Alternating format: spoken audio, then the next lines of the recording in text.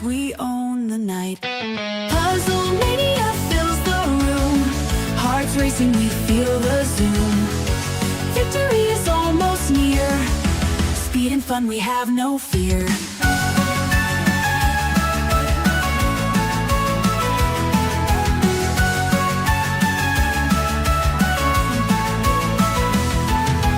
Puzzle pieces like a storm. Shapes and edges we transform. Patterns forming under stress. Speed puzzling at our best. Every second counts today. Focus sharp, don't drift away. Lost in pieces, we unite. Building worlds with all our might.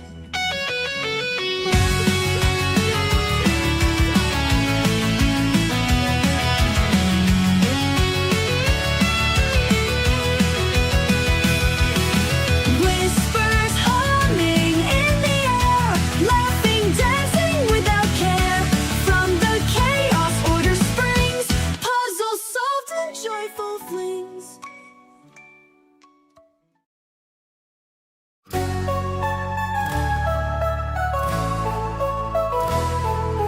Pieces flying in the air, clock is ticking, no time to spare.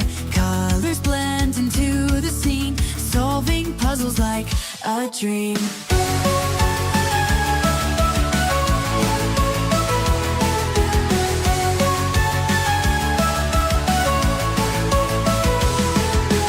Hands are moving light and quick, got our tricks and perfect flicks. Every corner piece fits tight. Speed puzzlers, we own the night. Puzzle mania fills the room. Hearts racing, we feel the zoom. Victory is almost near. Speed and fun, we have no fear.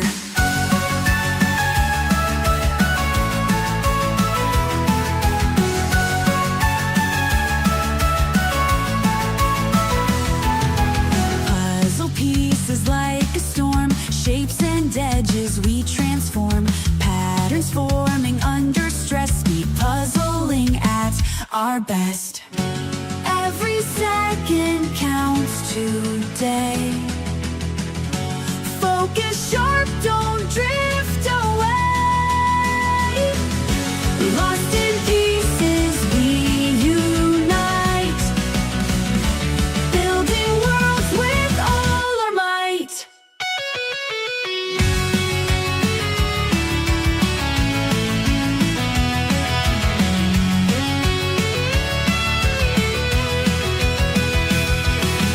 Whispers humming in the air, laughing, dancing without care.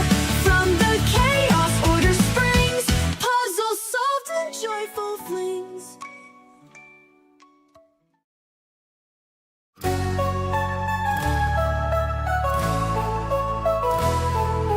Pieces flying in the air, clock is ticking, no time to spare. Colors blend into the scene, solving puzzles like a dream.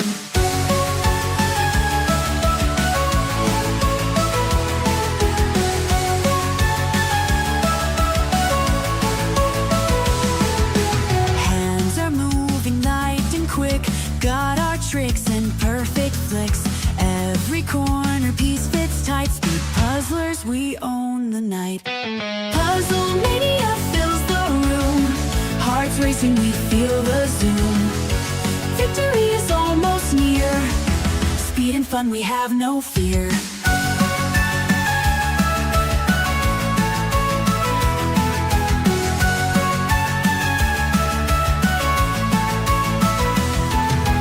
Puzzle pieces like a storm. Shapes and edges we transform. Patterns forming under stress. Speed puzzling at our best. Every second counts today. Focus sharp, don't drift away. Lost in pieces, we unite. Building worlds with all our might.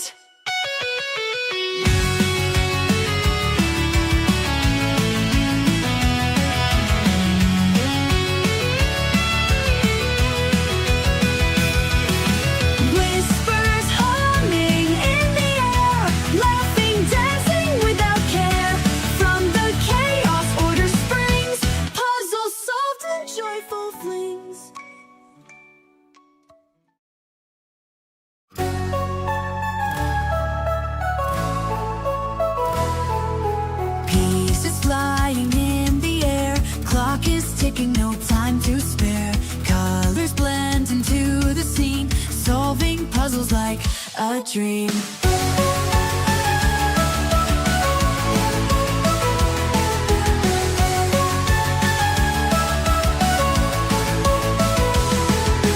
Hands are moving light and quick, got our tricks and perfect flicks.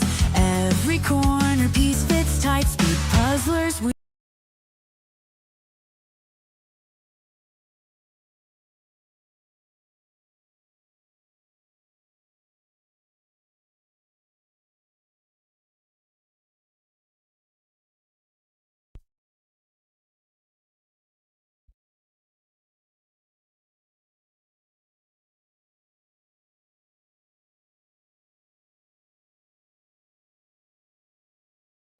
Hello, I have my microphone on now.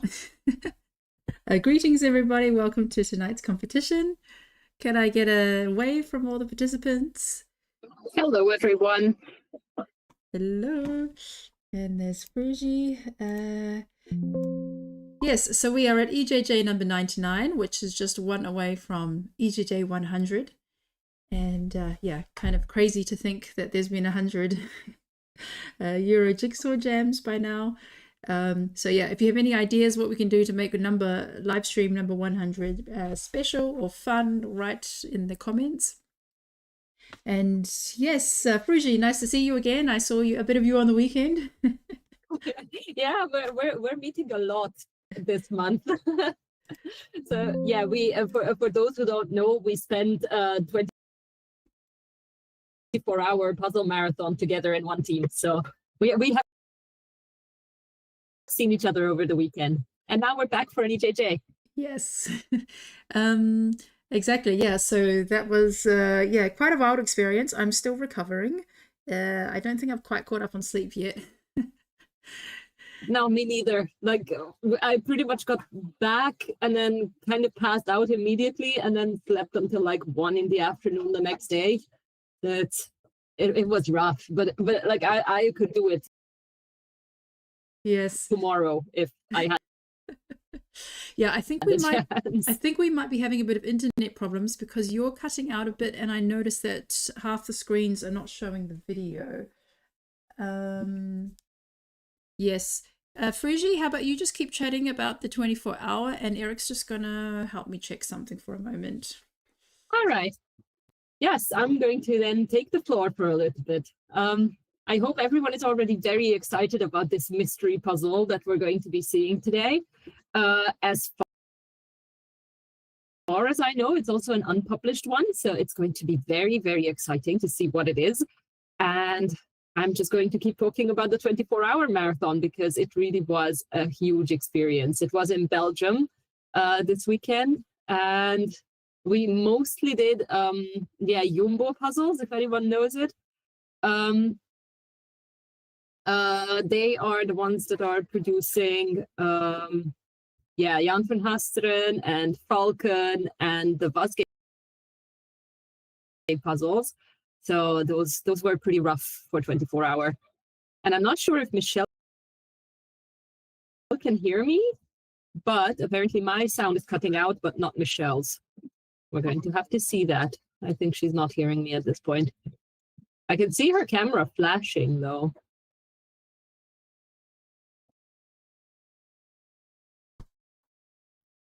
Okay, yes, so we're going to go ahead. So thanks, Fuji. Yes, we had a lot of Jan van Hasteren puzzles. I think that's what's ingrained into my mind is like basically what, I don't know, 6,000 pieces of Jan van Hasteren puzzles. Yes. But yes, it looks like we are ready to unwrap. Let's see, do we have a Jan van Hasteren puzzle today? Wouldn't that be fun? So go ahead and unwrap your puzzle, and let's see what we have today. That would be mean. And my respect for the Dutch just keeps on growing when I'm like, oh man, they just do this over and over and over again. I mean, I can kind of see why the Dutch are amazing at puzzling though, because like whoever can do the Jan van Hasteren fast they know what they're doing, and I can see it as a Calypto. Yes, that is a Calypto puzzle. Yes, please remove the plastic as well. I'll just put myself on screen for everybody. So there is a giant poster in there. It's probably too big to use, but if you want to, you may take this out of the box as well.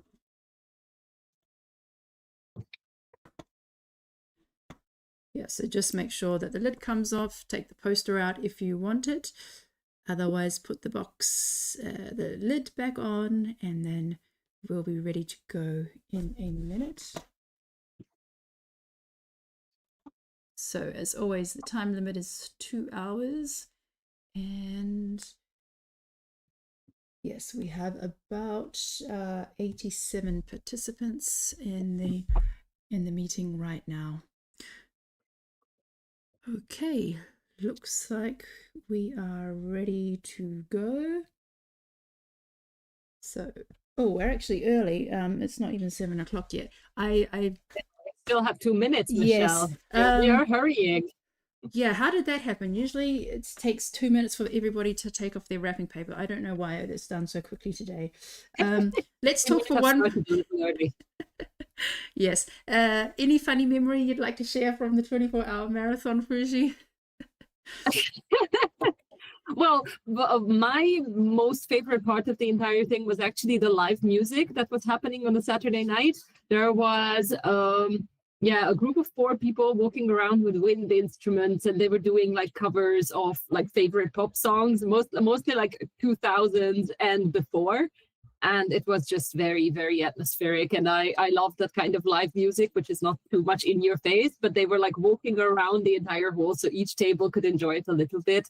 That was great. And I kind of think there should be more live music at puzzle events. Live music at puzzle competitions. Yeah, that's pretty cool. And just for people to know, like there was 163 teams, and each team had about 6 to 8 people. So this was like an enormous number of people in one room. It was massive. All right. And it's 7 o'clock. And it's 7 o'clock. There we go. Okay. Okay, yes, that's a good point. I think, so Stein says the bottom of box is different to the poster. Okay, I'm not sure which is which. That might be true. I did this a year ago. So if you get stuck with the puzzling at the bottom, check your poster or check your box because they might be different. Okay, Anna Ruth says the poster is correct. So when you get to the bottom, to the plants, it's, look at this instead. So unfortunately, a manufacturing error there. All right, let's go. Let's do a countdown in 5, 4, 3, 2, 1, go. Good luck, everybody. Puzzle. Yes, I think I have seen Anna Ruth's post about this, that the plants are different on the bottom of the picture than on the box itself. Yeah, and I don't even remember that because it's funny. Like I did this puzzle, like this is one of the first puzzles I ever did. Like maybe my 10th speed puzzle. So it was well over a year ago, almost like 18 months ago. And I have my time from then, but I haven't actually had time to do it since then to actually get a fresh time on that. So I have no idea how people will go tonight. But oh, I forgot to show it. Well, anyway, I kind of showed it. I'll do it after this. On the screen right now, we have Aaron from the United Kingdom. We also have Alexandra from where are we? Alexandra from Austria, Anna from Slovenia, Andrea from USA, Anna Louise from Sweden, and Annemie from Switzerland. So yes, the puzzle is from Calypto.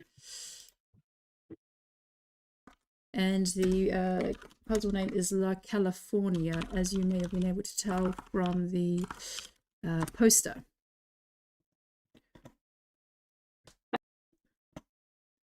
And I can actually see in the YouTube chat, Super Matteo is writing that they have done this a lot of times, and they were the first on My Speed Puzzling to do it. Oh, very good. Then I hope he's improved his time a lot over that. Yes, so let's just take a quick look at the image itself. I think I'll show the poster then now, knowing that there is a slight fault with that image, which I was not aware of until I saw Anarusa's post today. So we have La California. So it's one of these like graphic travel style posters. We also had one from this brand. It was it was Italy. We also had La Provence. So we've had two from this brand so far, also in the same similar image. So yeah, a lot of palm trees, do have a gradient in the background, and then some buildings and yeah, more palms, I guess. Maybe there's another name for this specific type of plants, but yes, lots of palm trees tonight.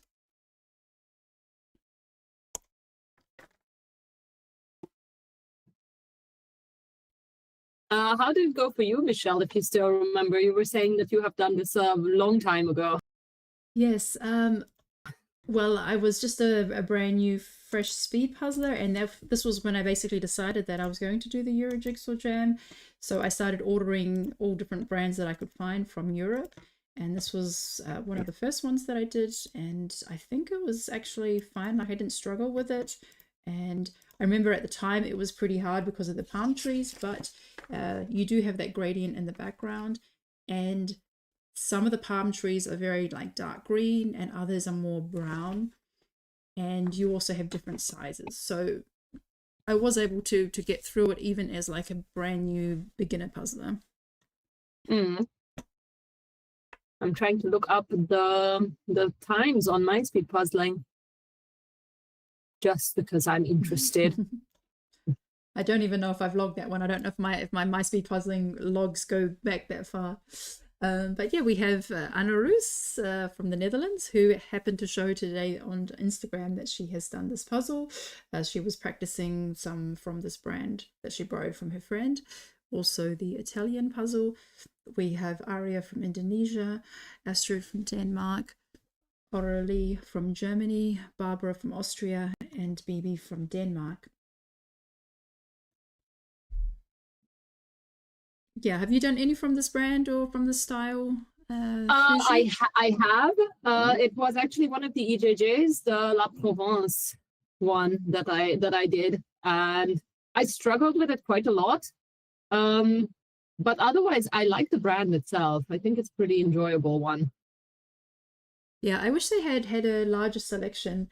It's one of those brands where when I found it, I was like, oh, this is great. But then it's like they've got like, I don't know, 5 puzzles or something, or 500 pieces. And then all the rest are in 1,000 pieces. Unfortunately, there's still just a lot of brands that just don't care enough about 500 pieces, and that haven't really taken notice that, you know, there are people searching for good 500s. So I have liked the ones that I have seen so far. But yeah, it would be, yeah, wishful thinking that they would expand their catalogue of that. Well, apparently more and more brands are starting to find out that there's more and more 500-piece puzzles coming out.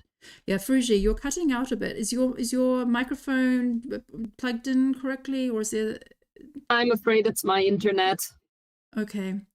So we'll just go with the flow, and hopefully it's. I'm thinking of switching over to my phone for a minute to see if that's maybe better.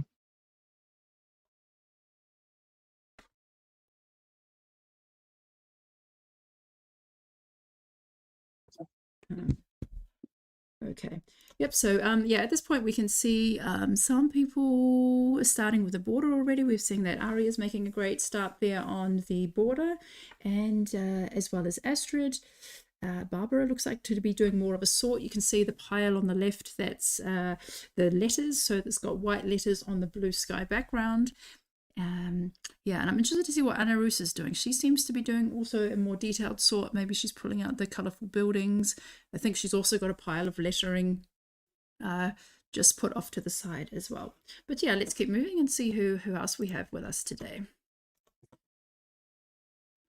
Yeah, and a shout out to Aria, who does these puzzles at 1 a.m. in the morning in Indonesia. We appreciate him participating, and yeah, that he's yeah, so dedicated that he starts also with a, yeah, I guess a well, a disadvantage in that he's already tired and had a whole day of work or study to get through before joining the competitions, but we do appreciate that he's with us. Okay, so we are now going to check out Birgit from Germany, Cameron from Canada, Corinne. Okay, I have joined the phone. Hopefully that's going to be better. We're going to have to see. Okay, thank you. So yeah, I've just put some people on the screen. We also have, let me just find them in the list. Yeah, okay, that's Corinne from the Netherlands. Karsten is from Germany. Then we have Connie from the Netherlands and Daniela from Portugal.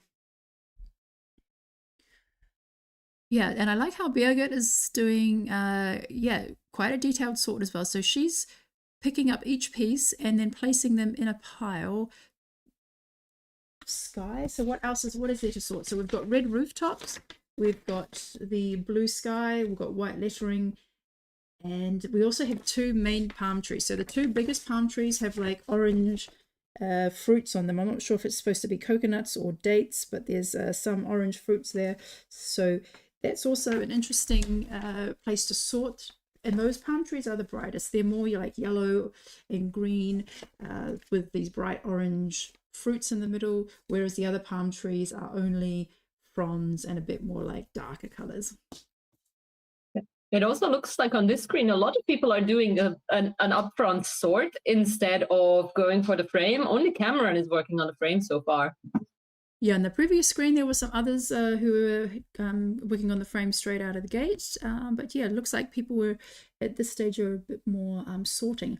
I definitely, when I did this a year and a half ago, I definitely would not have sorted. I would have only started with the frame, I'm sure. And then I probably would have gone for the lettering. But yeah, like easing into sorting is kind of like a process. I was very much not a sorter for a very long time, and I recently started sorting a little bit more because somehow it started to work better. So I'm at least starting to see the point of people who do the sorting. I usually just have like a very big respect for people who can actually do an upfront sort, and they're patient enough to do that. Exactly. It's also patience. Like when I'm doing the flex meeting, I have a lot more time to just watch people. And I have like I have 6 people on this screen and I have 6 people on this screen. And I'm just taking my time watching. And then I see people like taking, like some people start with everything in the box and they just pull out each piece and they decide where it's going to go. And yeah, it takes them a while to get through it, but then they have these cute little piles set up. But yeah, that's not really something I've got myself into a habit of yet. But here we see some more sorting. On screen right now, we have Daniela from the Netherlands, David from Spain, Dietmar from Germany, Dora from Switzerland, Eberly from Estonia, and Frederica from Czech Republic. So yeah, we can see Frederica has these really nice piles ready to go, and now she's starting her assembly, and Daniela in the top left is making the final adjustments of her piles, and then she'll also be ready to start assembly soon. It looks like SJ is a fellow non-sorter because she has no patience to sort up front. I crave chaos, and I can completely understand. I'm exactly the same way. Yeah, so we have some comments from the chat. Guzzler is quoting Can Adam. Palm trees are the hardest trees to puzzle. They are pretty tricky. Yeah, it depends. You often have puzzles where you have like a palm tree in the top corner kind of like draping over the sides. Like, yes, those palm trees are really hard. These ones, you have like more like, they might like neat little circles. So you do have the sky, the gradients, and you can see, like, you know how some of the palm trees, they have like these, I don't know, these husky bits that are hanging down. So you do have a bit of direction. And I have a theory that the reason that the palm trees are so hard is because they are like flowers. And so you have like the petals sticking out everywhere and you never really know what goes where. But that's like some very specific palm trees. Yes, and I'm putting you on screen, Frigi, because everyone needs to see your lovely dog. Oh, yes. He's being super needy now. He wanted to be up. So he's climbing up now. Yes. Hello, Limo. And tell us why he's called Limo. Well, because his full name, well, the full idea was like limousine because he's a dachshund and he's long, like like a limousine. Yes, He's very that's cute. adorable. Nice little cuddles there. Yes, exactly. All right. And he steals the attention every time. So, oh, we see some words. Look at this. All right, we have Freya. Wow. Freya from Sweden, Gromeister from Germany, Hagar from Germany, Hanna from Czech Republic, Ilona from Germany, and Inga S from Lithuania. And we see 4 people working on the words right now. Yes. And that's actually not a bad way to go. A lot of people say that they have like trouble with words or letters in general, that like writing on puzzles can be pretty hard. And so to get that out of the way up front can actually be pretty helpful. And then with this picture, it's also a thing that it's right on top, so you don't have to reach for the very top anymore, which can be very, very practical. Yeah, and I think an advantage with this text as well is that the word is quite long, so it's more letters, whereas like previously we had Italia. I think the words were larger because there was only like ITALIE 6 letters. And then we also had La Corsa, a Nathan puzzle that was also 7 letters. And so the shorter the word, the bigger they make the text, and then the less text it looks like, the harder it is to recognize, like, is that part of the E, is it part of the L, like to define where it goes. But because it's still quite small, like it looks like if you look at Freya's, we can see that the text is only 2 rows.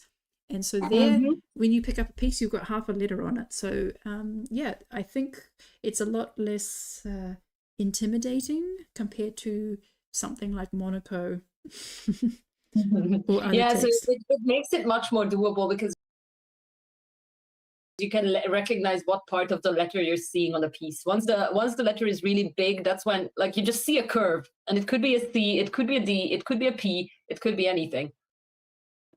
Yeah, I just want to get in a bit closer to Ilona. We can see that she has got a neat little rows of blue ready, and she's doing it quite systematically to go through and fill that out, looking really good there. Meanwhile, Gromeister has started on the buildings with those red rooftops, and they have archways. So there is, and the windows are all the same. They're all like black with yellow window frames, and there's about 15 windows that all look the same. So okay, but some have a blue background and some have a white background, so that helps. But yeah, so I know some people have trouble with windows, so see how they get on there. Yes, the red roofs do seem like they stand out of the puzzle though, because that's pretty much the only color that like just looking at the pile like stands out as not blue, white, or green. Yes, that's true. No, I probably would have started with red. I think the red rooftops really stand out, and red is usually one of the colors that I like to puzzle first.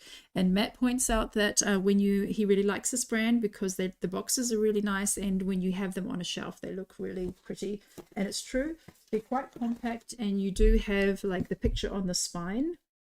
So I like that very much. So you kind of get like these little mini travel, ones lined up.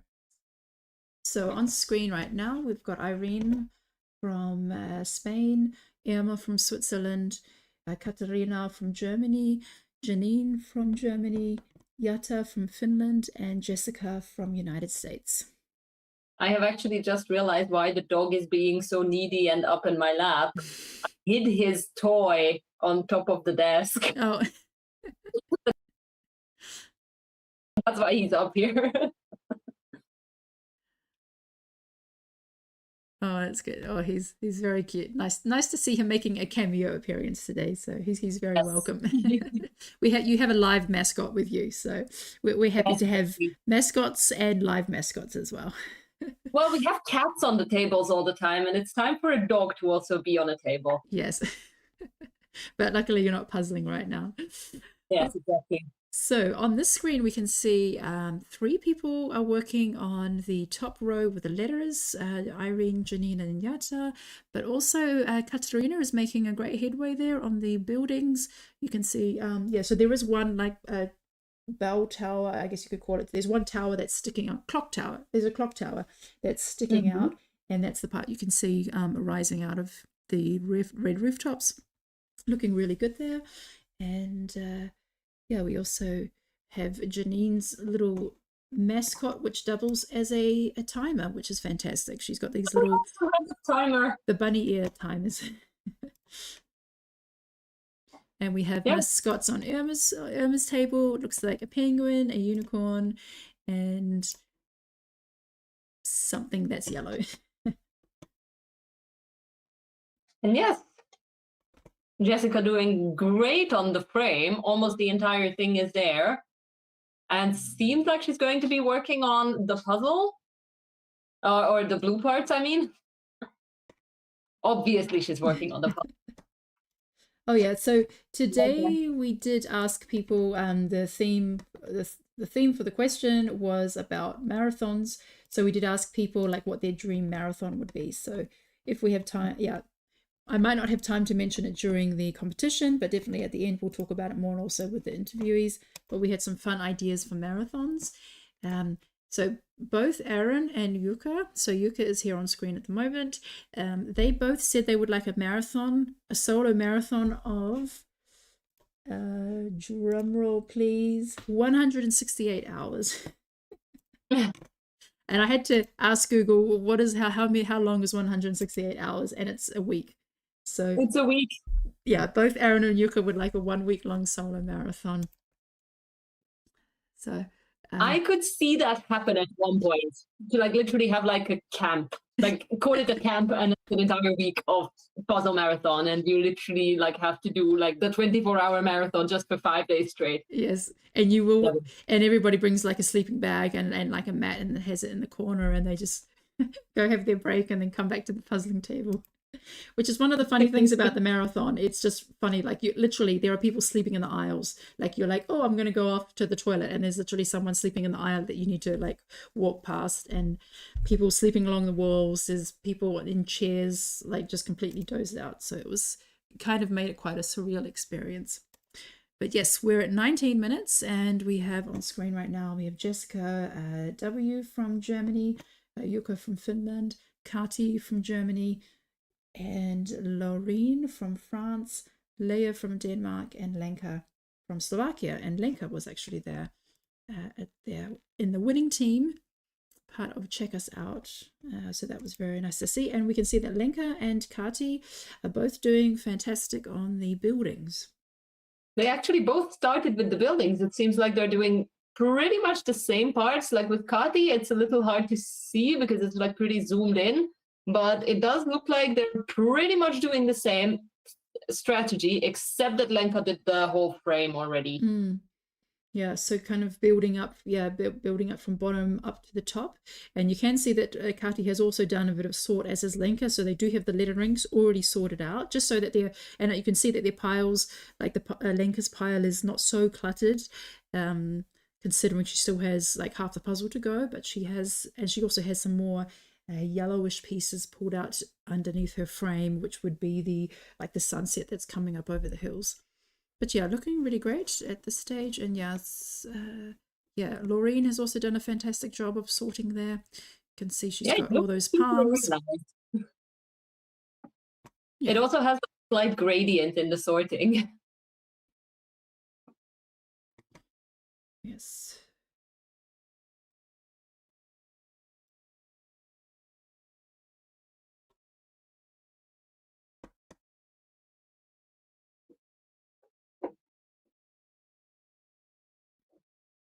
Okay, so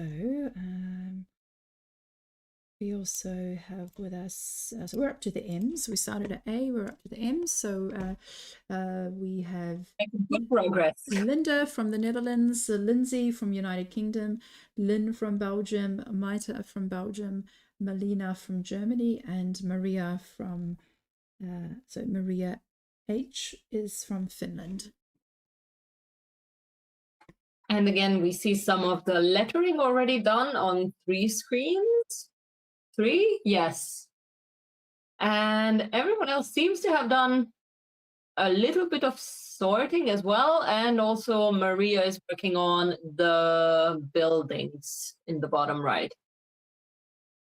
Yeah, and greetings to those who are watching with us. So Matt is happily chatting along and commentating, and you were just joined by some late people who've jumped in as well. Sandra, Ivani from the Dominican Republic, hello, and Jim is also, and Marina are also in the chat, and Catherine as well. So great to have you with us. Yeah, so I love how Maria has also like started right in the middle of the houses and is building out from there. And yeah, so here, yeah, it's interesting. Some people are starting with the border and others are more like starting to in the middle. So people are starting everywhere actually. Yes, like I down. like these kinds of puzzles where you have completely different strategies. And yeah, you can kind of speculate of which one works best, if you know what I mean. So there's like completely different ways to approach this puzzle, and people are definitely using those very different approaches. Mm. Yeah, here's Shout out to Sandra, who she has been ill for a bit, and I hope you're getting better, Sandra.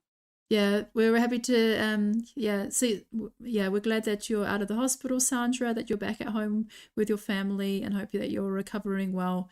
And yeah, and hello to the pausers as well, all the cats. And here is a cat on screen. We have Maria TB and Box Assistant.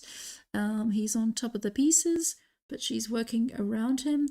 We also have Marie from Norway, Mayday. Oh, sorry, the next one is Matt. I don't see a registration from Matt, or is it under the other name? Okay, Matt, you'll have to tell me who you're registered under. Then we have Mayday from Poland, Melly is from Switzerland, and Marilyn from Estonia.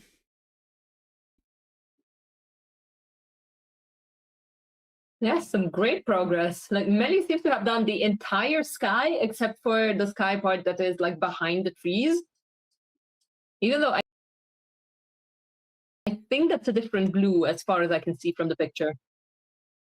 Yeah, no, that's a really nice block there. It looks like maybe like the top tops 5 or 6 rows are done. So that's like a really nice big section there. Yeah, then we have Marilyn has also done quite a detailed sort up front. She's working on the houses and also done like 2/3 of the border.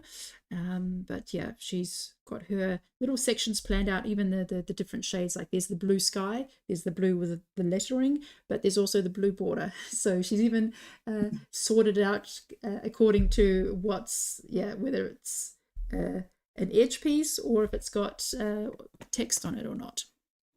Mm-hmm.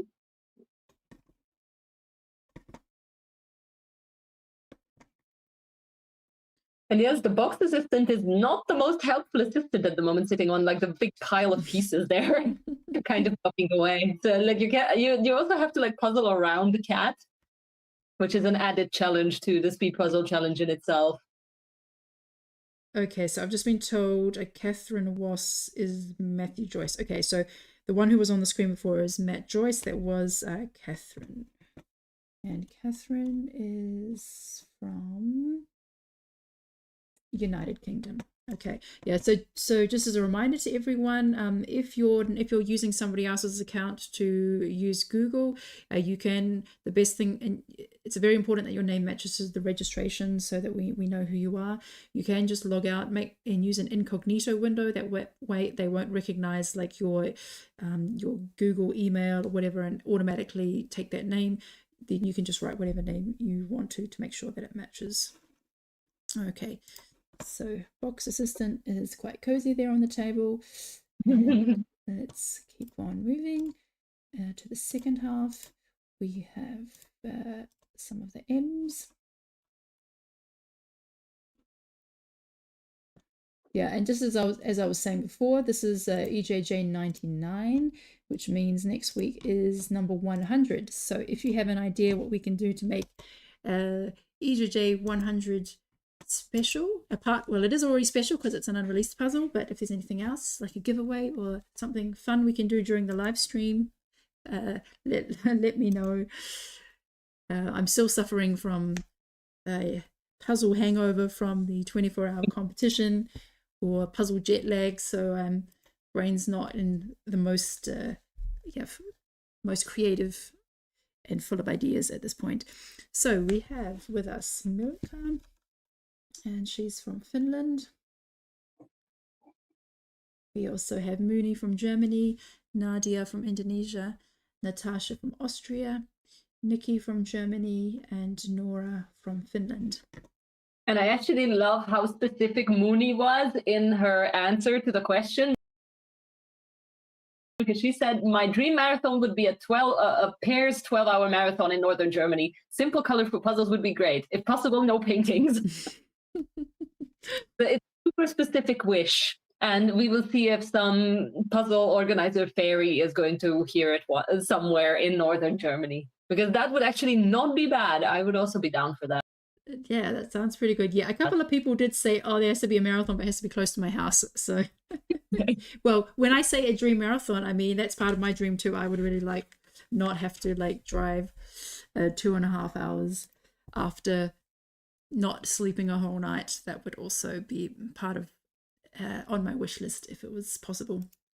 Yes, it is actually one of the really challenging parts. For those who are driving to like, once you are through an entire day of a puzzle marathon, you still have to drive home. That's not easy because your brain is still kind of like fuzzy from all the puzzles, and then you still have to drive. So it's not an easy thing to do to get home from a marathon. Yeah, so it was kind of unsafe for me. So at one point I did pull over and just at like the resting place next to the Autobahn, and I had a sleeping bag in the back of the car and a pillow, and I actually had to have a nap because my eyes were just getting too tired. I really wanted to get home, but I had to rest my eyes just to get through. So yeah, that is something that has to definitely be taken into consideration, is how do you get home and how far away is it, and are you physically capable to get home safely is very important. And I don't want to risk my life for a puzzle competition. My luck was that I did have 2 passengers who kept me talking for about 2 hours of the trip that I was driving. And from there, I still had to drive an hour alone. And that's where my usual strategy of staying up after being tired and having to drive is to use Disney songs and turn the volume up very high and start singing along, which helps a lot. Yes, that's also something I do, is I sing to myself, and I was trying to write another rap, so I was trying to I was keeping myself the last hour awake by trying to come up with some lines for a song about the 24-hour marathon. But we have Paulina with us, and she's from Poland. Oh, we have 2 Paulinas. Paulina S from Germany, then we have Paulina W from Poland, Quinta from the Netherlands, Rachel from the United Kingdom, Ruka from Denmark, and Rose from the US. It actually looks like Rachel is doing an exact reverse of what Kati and Lenka were doing. She did the entire top half and is now starting to tackle the buildings in the bottom. Yeah, I'm just getting hints from my helpers today. So we have Joanna and Rika in the background, and they're saying that that Lenka and Kati are both about halfway through, but they're coming from opposite directions. So it'll be interesting to see which is the slower direction. Do people get caught up a bit slow down in the trees or in the palms at the bottom? Or maybe not at all. But yeah, I mean, Rachel's making great progress here. She's doing a top-down approach and is about halfway through. A reverse Kati and Lenka. Yeah. I do want to give a big shout out to the EJJ elves who are working today. They're doing amazing. Yes, I would not be able to do this without helpers in the background letting me know how the progress is going and who to put on the screen next. once everything starts getting really fast when people start finishing. But yeah, looking fantastic there, Rachel. Yeah, she also wrote something. Can you read out what Rachel's said about the Yes. marathon? I'm going to have to find Rachel's name. Would love a 5 or 6 hour solo marathon to really test endurance and consistency over a range of puzzles. For the puzzles, I would love a real range of brands and styles to keep it fresh, which is good. What I also really enjoy about marathons, especially like some marathons that I have been through, is when there's a big variety of brands, as Rachel was saying, because then you don't get like too focused on just the piece cut, but you actually have to like pay attention to what is happening, and there might be something that is surprising. You might also run into a brand that you actually love very much. I know that the marathon that we're going to this weekend with Michelle is going to use multiple brands, and then the marathon that is going to be happening in Germany in November around Munich, that is also going to be using, I think, 10 brands, maybe even 11 by now. But there's going to be a big variety of brands, which is always lovely, because then you get to try new things and not just get fixated on like the 2 or 3 brands that are like especially well known in speed puzzling, but you actually have to like widen your range a little bit.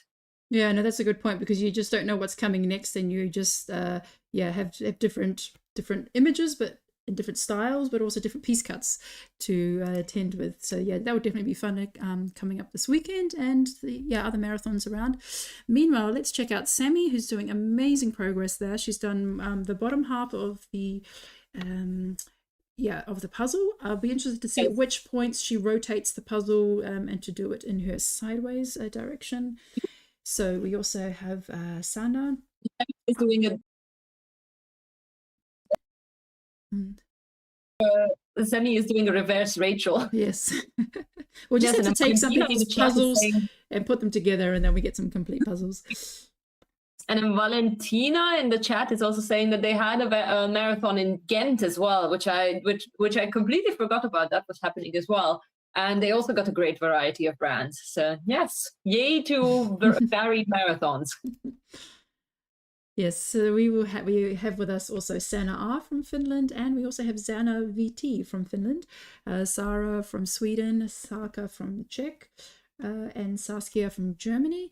And shout out to Saka. I think she got into the top 10 for the first time last week, if I'm not mistaken. But yeah, doing really well there.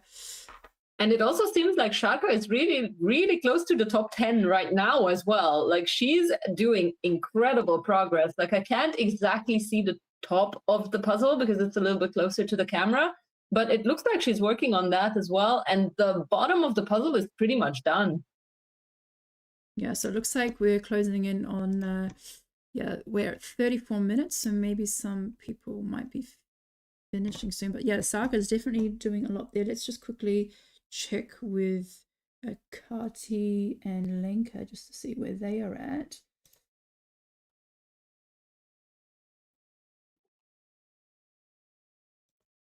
Okay, so Kati just has the sky left. Oh, they both got the skies. Didn't they come from?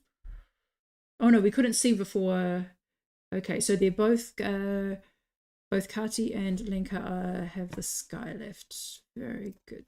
Okay, so let's just see who we have at the end of the alphabet. We're almost there. So I'm just gonna quickly go through these and see if I can beat the puzzlers. We have Celia from Norway, Simona from Germany, Smilla from Sweden, and Stefan from Switzerland. So some nice buildings, some nice blocks of text there. Very good. Kati and Lenka are pretty much neck to neck at this point. Like Kati has a little bit more done of the bottom of the sky, but Lenka has the entire frame already. Yes, we have Stein from Belgium, Stina from Norway, Tammy from the US, and Tepat from Latvia. Amazing job, everyone. Jim is saying in the chat that he wants to clear the virtual room, so let's go.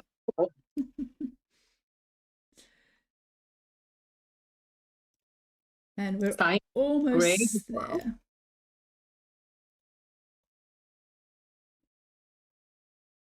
Tammy So was we have Tobias from Sweden. a risky move around there. Oh, sorry. Yeah, Tobias from Sweden, Tuli from Finland, Undine from Latvia, and Veronica from Slovakia. Veronica is also doing amazing. Yeah, she was on the winning team last weekend, and yeah, so she basically has the sky minus the border, and no, she still has to do the border, but the sky minus the lettering. And Tobias has just yeah, the top palm trees to do. So looking really good there. And will I make it to the end? And I can see Tobias's #1 fan pop up in the in the chat. Jim saying, "Go, yes. Tobias." Yes. Where's your #1 hat? Your #1 fan hat. Then we have Wendy from the US, and we have Vibka from Germany. So you can see that. Kati is actually tricky. She has like the top section of the frame. It was just not attached to the puzzle. That's actually a funny move. And she's putting ahead of Lenka at the moment.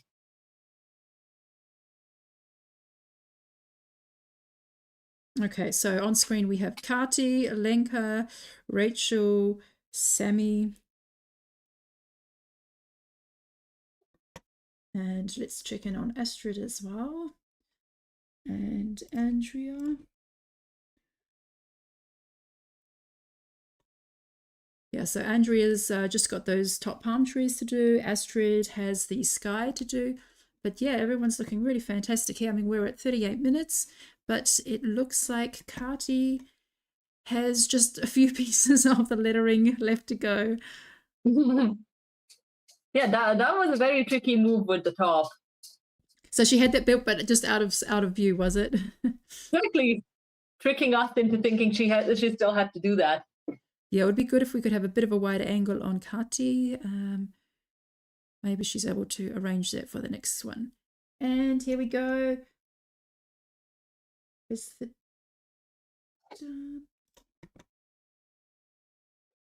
and Kati is done. Congrats, Kati. Congratulations. 39.20. Fantastic. And here's Lenka is looking in strong position for Senkin. Oh yeah, so Kati said she couldn't find her mouse. That's why it took a few seconds before she could click done. I was wondering what she was looking for under the box. But yeah. Incredible work though.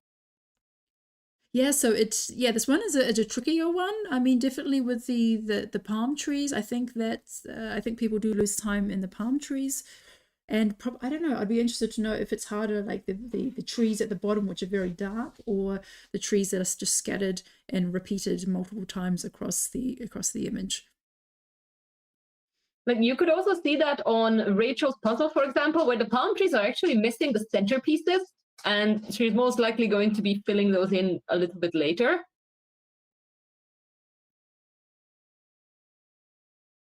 Yeah, I guess those pieces could look very similar. And Lenka takes second place at 40 minutes and 31 seconds. Congratulations, Lenka. Amazing job. But here we also catch a sight of Tobias now. So he's just still working on so he's done the two big palm trees. You can see the ones that have those orange fruits in the middle, and then there's a lot of these little ones. So maybe he's going for the pick and place, maybe trying to see which one. Yeah, because there's not much gradient left, like between, like there's the yellow section at the bottom and blue at the top, and then you have like this kind of grayish strip in the middle. So yeah, maybe is he just doing pick and place with those palm trees? I think I could imagine that would be quite tricky. Could be, yes. And how is Sharka doing? She was also pretty well done. Yes. While she was working with the puzzle. And Astrid is also closing in on the sky. Yeah, so Shaka's got the yeah, also a similar, looks similar to Tobias but without the top border. And she is placing pieces in the middle. No, she does have a lot of pieces scattered around, but she is trying to build up from what she already has. So kind of working her way upwards from the built section. And yes, Rachel has the two big trees left for last. So now she's tackling the darker trees at the bottom. And there's, for some reason, there are like random cactuses at the bottom of the puzzle. Well, maybe not cactuses, but succulents. Oh, succulents. And that's the part that Anaru said that there was a difference in the image. I think they just had them in, I think they were the same plants, but just in a different placement. Yeah, like one plant that I think was in the front on the box is actually behind another one in the poster, or it was something like that. So they are different. Yeah, and I accidentally skipped over Steffi B. So sorry, we have Steffi B from Germany now in the bottom right corner, and she only has the text and the top border to go. So yeah, and she's looking at a really good pace there. She's finishing off the deep blues, and then she's going to soon be tackling the ones with the letters. So yeah, right now we have gaps in different places. We have with Rachel, we have two big coconut trees in the bottom. Andrea's working on the sky, but just the blue sky. Astrid has the top border and lettering. Veronica, also the sky. Tobias, sky and trees, and Steffi B, top border and lettering. Yeah, so there's a slightly different approach for everyone. It's really, really interesting to see when everyone looks at the puzzle a little bit differently. I wonder if anybody's going to end on the buildings, or if that's like too obvious. I mean, it's the only red parts, so I think it's highly unlikely, but you never know. As far as I am looking through on like the little images, I do see the buildings in most of the puzzles. In some places, people are working on them right now, but they're definitely not left for the end.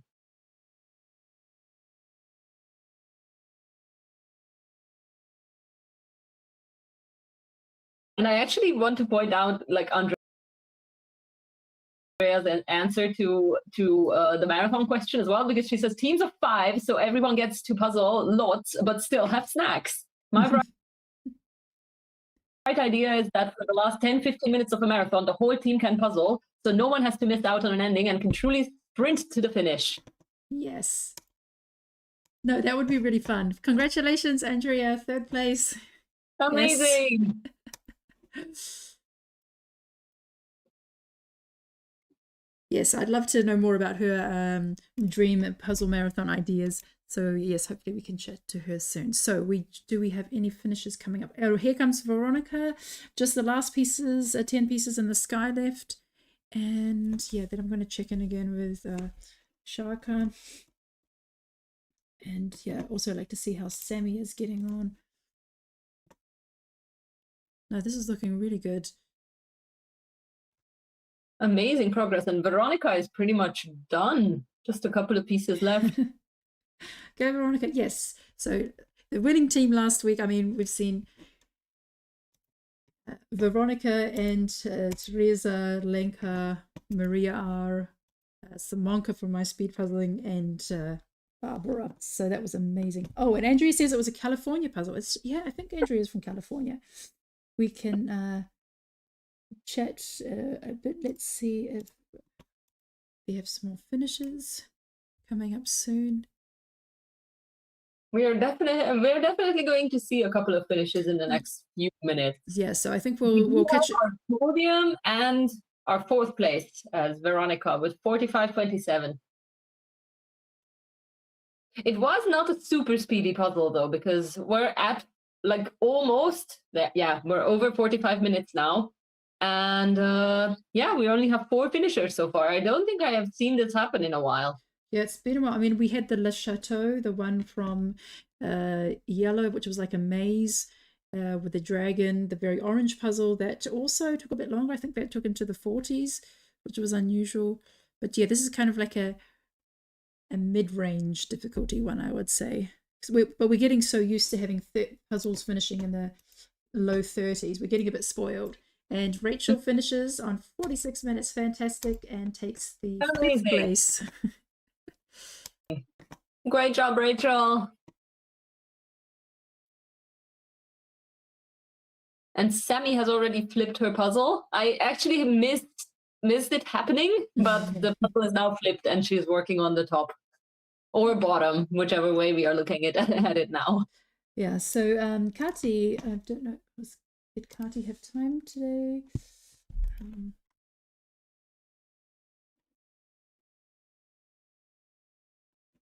Yes. I unfortunately can't navigate that well now. Yeah, Kati says 1 sec. Okay, yeah. So when you're ready, you can turn your mic on. And yeah, look here, Astrid is. Just let us know when you're. Shaka has the last piece and is done, and right behind her is Astrid. Fantastic. Whoa. Hey. Hello. Hi, Kati. How you doing? Fine. How are you? Did you have fun watching us puzzle tonight? Yes, as usual. No, what we were saying throughout the entire thing is that like everyone was starting out on the puzzle slightly differently. Like you and Lenka were very similar because you both started with the bottom, but Lenka had like the full frame. And then Rachel, for example, she went like a reverse Kati and she was doing it from the bottom. Yeah, I was thinking to start with the text actually. I had already pulled the pieces, but then I thought since the bottom, I heard that the bottom was slightly different on the box than on the poster. So I decided to start with that to get the poster out of the way. And then I just kept going and building upwards using the anchors I already had. So, and in the end, like I left the pieces that I had pulled out first for last. Oh yeah. Oh, and we actually have our top 10. So we have Astrid on place 7, Annemie on 8, Steffi B from on 9th, and Tobias in as 10. So we have our top 10 and still under 50. Yes. How has it been since the last EJJ that we spoke at? You have been on the podium there recently as well. Yeah, I actually just counted if I had a podium streak again, and I think like as long as the EJJ from Monday, the flex version, as long as I ended up on the podium there, I think I should have like 7 or 8. So maybe I can do better than last time. Oh yeah. Yeah, is that going to be a record? I think it would be. I don't know. Did you do the streaks with other people as well, Michelle? No, I think the only one who stood out was you. But then I realized when I was thinking about it for a very long time that probably there would have been a streak for Kristen too, because she never got less than 2nd place. So she has ordered some EJJs, so we will hopefully be seeing her again soon, and then I think we can pick up her streak, and then because I don't think she's never not been on a podium, so we'll see how it goes. I thought the same for Christian as well. Like, didn't he always finish first when he participated? I'm not sure. No, there was I think that he did a Jan van Hasteren, and that wasn't his style. That was the first one that he did. But after that he pretty much was almost on the podium, but he didn't do it so often. Okay. Yes, but we can have a look at that. My husband's going to be doing the results for Q3. So and we just had a finish from Freya. Congratulations. Amazing. Yes. Have you done any of this brand before? Like any of the EJJs? Yeah, I think 2 of them were used in EJJs before. I think one is on the back of the box. This one. Oh yeah. I think that was the first one of this brand that I did. But I think there was also another one recently, but I'm No, not sure. that was the one with Provence. I couldn't exactly see the picture, but Yeah, like yeah, that's what I remember. yeah. And then we also had Italia, Oh, true. the one with the Lake Como with Yeah, the sailboats. Yeah. Yeah. I like this brand. Like I discussed with Hannah that we tend to be very picky about brands. Because like it has to be the perfect feel, like sliding together easily. For example, with the brand that the custom puzzles were from, like the one with the flower that your daughter drew. This brand is pretty hard to get the pieces together. I don't know. It's just they're very straight.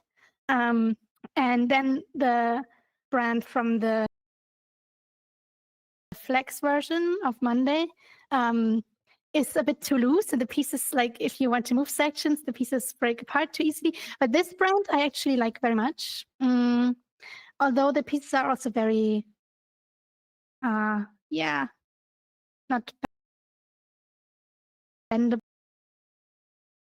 Oh yeah. But Which are your top 3 brands, since we're on the subject? First, Ravensburger. I was about to say that you can't say Ravensburger. I don't know. Like, okay, I will cheat and say Nathan Puzzles. Yeah, that's pretty much Ravensburger. For Yeah. those who are maybe not aware, like Nathan is, I think, kind of like related to Ravensburger, and it's pretty much the same piece cut. Yeah, yeah. They are also made in the same factory. So, yeah. I don't know. Like, it's hard. There are many brands that are similar feeling, I would say. Like Schmidt and also the Ulmer Puzzleschmiede, and then this one, and like this Calypto, and then many of the other EJJ brands are like of a similar feel, that the pieces are very thick, and yeah, you really have to push them to go together. I don't know. It's like, it sounds like advertisement, but I really like the Ravensburger feel. Yeah. So Like there is a reason that it's so widely used for speed puzzling, I think. yeah. And then is there a difference for like favorite brands for speed puzzling compared to like casual I think puzzling? for casual puzzling, I don't care as much about the piece feeling, as long as they don't like smell weirdly or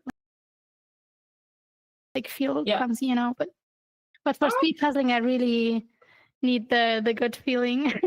Oh yeah, no, that is true. And then since our topic today is puzzle marathons, and you have organized the solo marathon, like tell us about your ideal marathon. Yeah, I think that's part of why I didn't answer the question in the forum, because like my favorite version would be the solo marathon, and I think like I talked with some people after we did it in August, and we all agreed that 10 hours is kind of the limit that you can do. Like during the puzzling, I didn't feel as exhausted, but when we were done and the timer was hit, and like I came out of this focus, I just laid down on the floor and couldn't move anymore because all the energy was gone, and I was just I can't move a finger. But when I puzzled, I felt like I could go on forever, but I think 10 hours is the physical limit.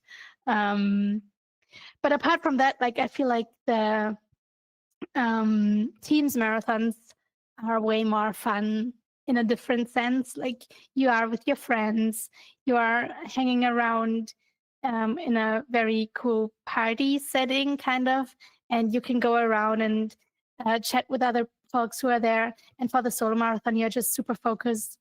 And it's also very nice and fun and special to like dedicate 10 hours together with 30 other people.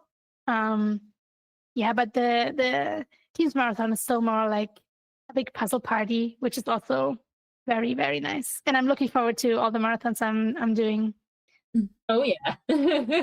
Was there any like interaction between the people while they were puzzling at the solo marathon? So like it seems like it's such because everyone is so focused on what they are doing. Like was there any time when people were like talking to each other? Because like when I saw that the event was going to happen, one of the reasons that I kind of I couldn't go because I had something else to do, but one of the reasons that I didn't cancel the other thing was that I was thinking to myself that like in the marathons I like the social aspect of it. Like how was that with the solo? As long as I can remember, and as far as I can tell for the people who were sitting around my table, we didn't have any interactions. I know that in the back of the room, some people were walking around after they were done with one puzzle to regain some energy. And I could imagine that they also tried to talk with each other. But for the people who were sitting in my area, no.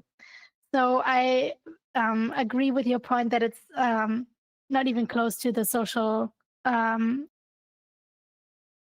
aspect of the Teams marathons, but we did have a dinner together. Like almost every one of the participants came, and we were sitting together and just being exhausted together, which was also very cool. And I think that kind of made up for the missing social aspect during the puzzle. Mm-hmm. And do you plan to repeat that, the solo marathon? Yeah. Ooh. Is there a date already, or is that like too much of an intrusion? It's just the idea in my head. It's good to know though that like it's hanging in the air that there might be one. And then if you had to like come up with a completely new one, like what kind of a marathon would you still want to like try out that you haven't been to before? That's a good question. Like, if there was such a great idea of a new thing, it might be already there. So I don't know, maybe like even more of a team thing to swap around with other teams and combine different teams, like for example, every 30 minutes you have to go to the next table. Like a rotation. And take on the other team's puzzles. Or I don't know, did I mention last time with the giant puzzles that I have that I was thinking to assemble them in a weekend? Like, that's also kind of a marathon. Someone mentioned it also among the answers to the question to like have like a 5,000 pieces marathon. She did write 5,000 puzzle pieces solo marathon, but like I could imagine just like 5,000 pieces and then see how long it goes. It'll take a while. Oh yeah. Well, you did do like a pair marathon on 7,000 pieces. And I remember I did. There's the Cellini. I don't know the English word, like a playhouse, like a house with the Cellinis inside. This is also 5,000 pieces, and I did it in maybe 3 days, I believe. But obviously, I didn't marathon it. So it would actually be interesting how fast you could do it if you dedicated all of your time to it. Oh, yeah. Well, it's also an option for like the future. Yeah. Well, Michelle, was there still anything that you wanted to ask Kati this time? Yes. I just wanted to ask about your marathon that you did. Your solo marathon. How did you just feel like between each, like, how was your sense of time? Because I felt like at the 24-hour marathon, like I did a shift of 3 hours, then I had a break, and then I had a 2-hour block. It just felt like nothing. And then at some point we were supposed to go to bed, and I'm like, no, like, how was that 5 hours? It just, the time just, yeah. Did it feel like 10 hours while you were doing it? I try to remember. I know that the first 3 or 2 hours went by nothing. Like, time just flew.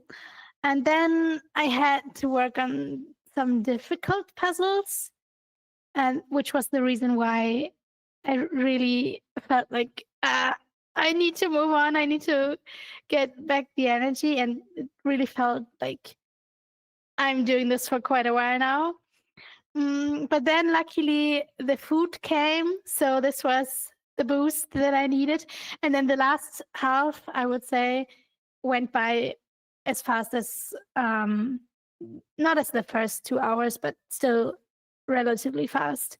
So I think at some point, like, just maybe, I've never done a real marathon, but maybe like in a real marathon, I would imagine that at some point you just keep going and like, it's work, but the body does the work. So, and I think it was the same. Yeah. Well, thanks so much, for chatting with us today, Kati. Congratulations on Thank another, a podium, but also a first place for this new puzzle. And we wish you a good evening. Thank you. You too. Thanks. See you. Bye. So Okay. we just had a whole lot of finishes. I need to put everyone on screen to check them. Yes, we are at place 29 now, though Cameron has just finished There's Cameron with 1 hour and 3 minutes and 4 seconds. Amazing job. And yes, there's still one spot in the top 30. So there's still someone can So push, and still make it. And Marilyn is on 30th place now. And Marilyn, yes, cleaning up the room. There's Stein. Yes, they all came at the same time. So let me just add a few more people to the screen. But yes. Seeing some finished puzzles. So who's our next interview? Is Lenka still here? Hello. Hello. I'm here. Hello. How you doing? I am very surprised. I again puzzled without sound, so I had no idea, and I thought I would already be very, very far, and then I saw the second place, so I'm happy. So you don't have a puzzle hangover? No. I already puzzled yesterday with Filipa. We started training for our Portuguese competition that is happening in 3 weeks. Ooh, what kind of a competition is I it? was already yesterday. What competition is it? It's not national. It's just it's the biggest competition we have here during the year. Ah, cool. So it's with a different brand. It's with Educa, and yeah, I already participated last year. It was really nice. I like the organization, the puzzles, the people. It was very cute. So I'm looking forward to it. Ooh, yeah, it sounds like something great. And yeah, very, very different style of puzzles. The last weeks were about Jumbo and all these marathon puzzles. yes, well, now Educa. the Jumbo puzzles were more hardcore. Yeah, yes, now back to for those who maybe don't know, Lenka was also at the 24-hour marathon that Michelle and I went to, and she was in the winning team. So then tell us a little bit about like your experience from there.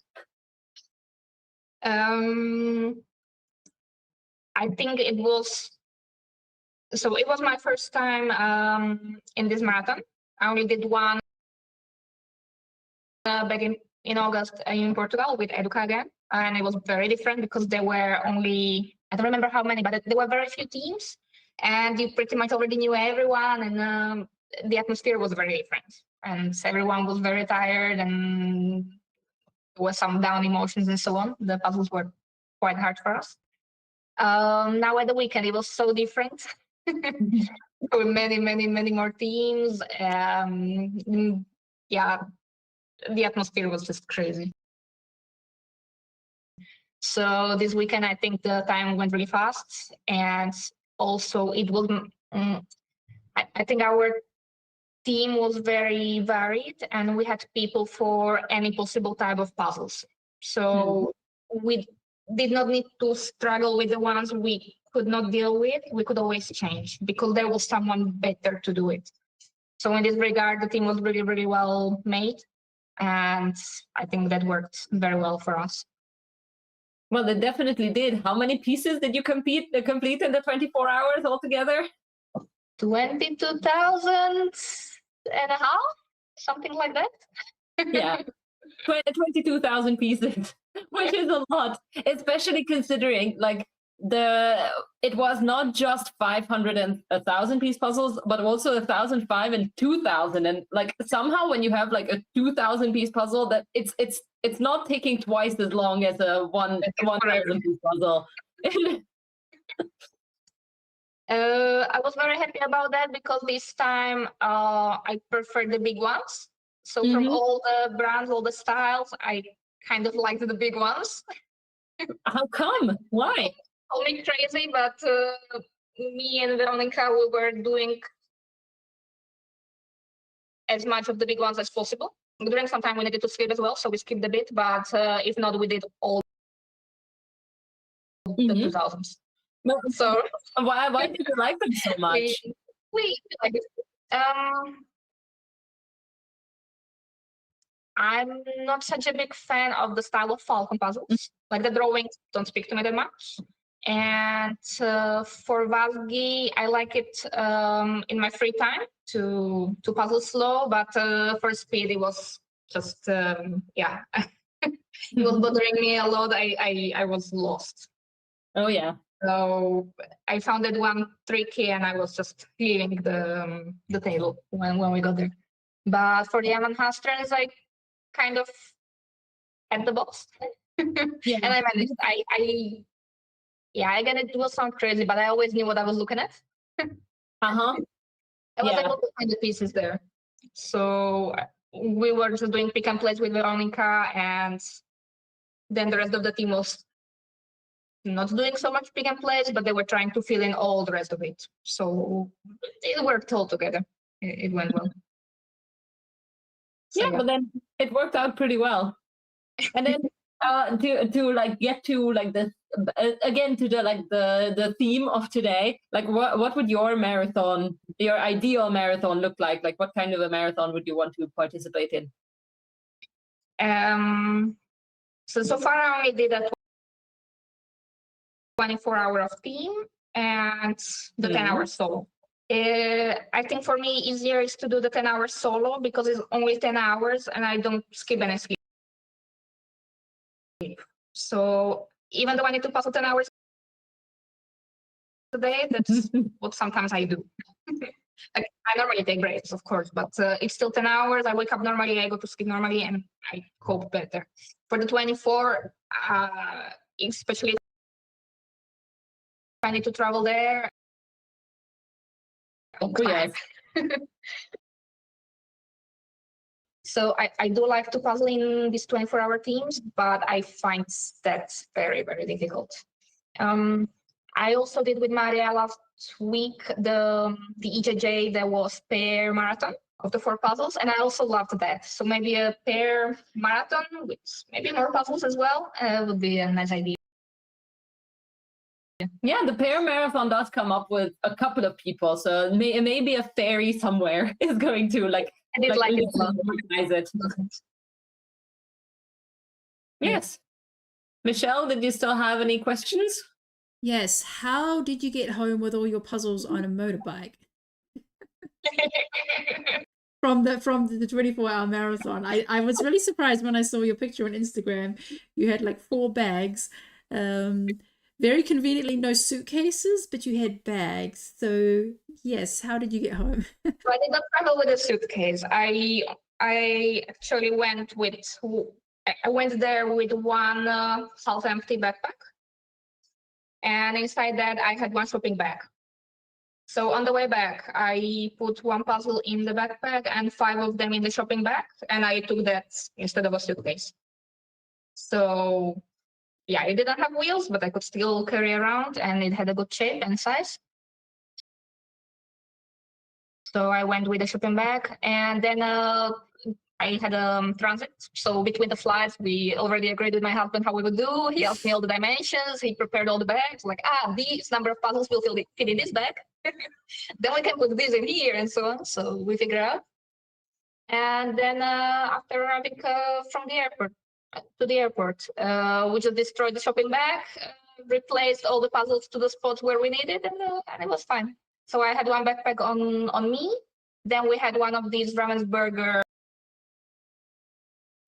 pouches with one puzzle. He had that on his back because I couldn't have it anymore. And the rest were in the suitcases of the bike. So it fit.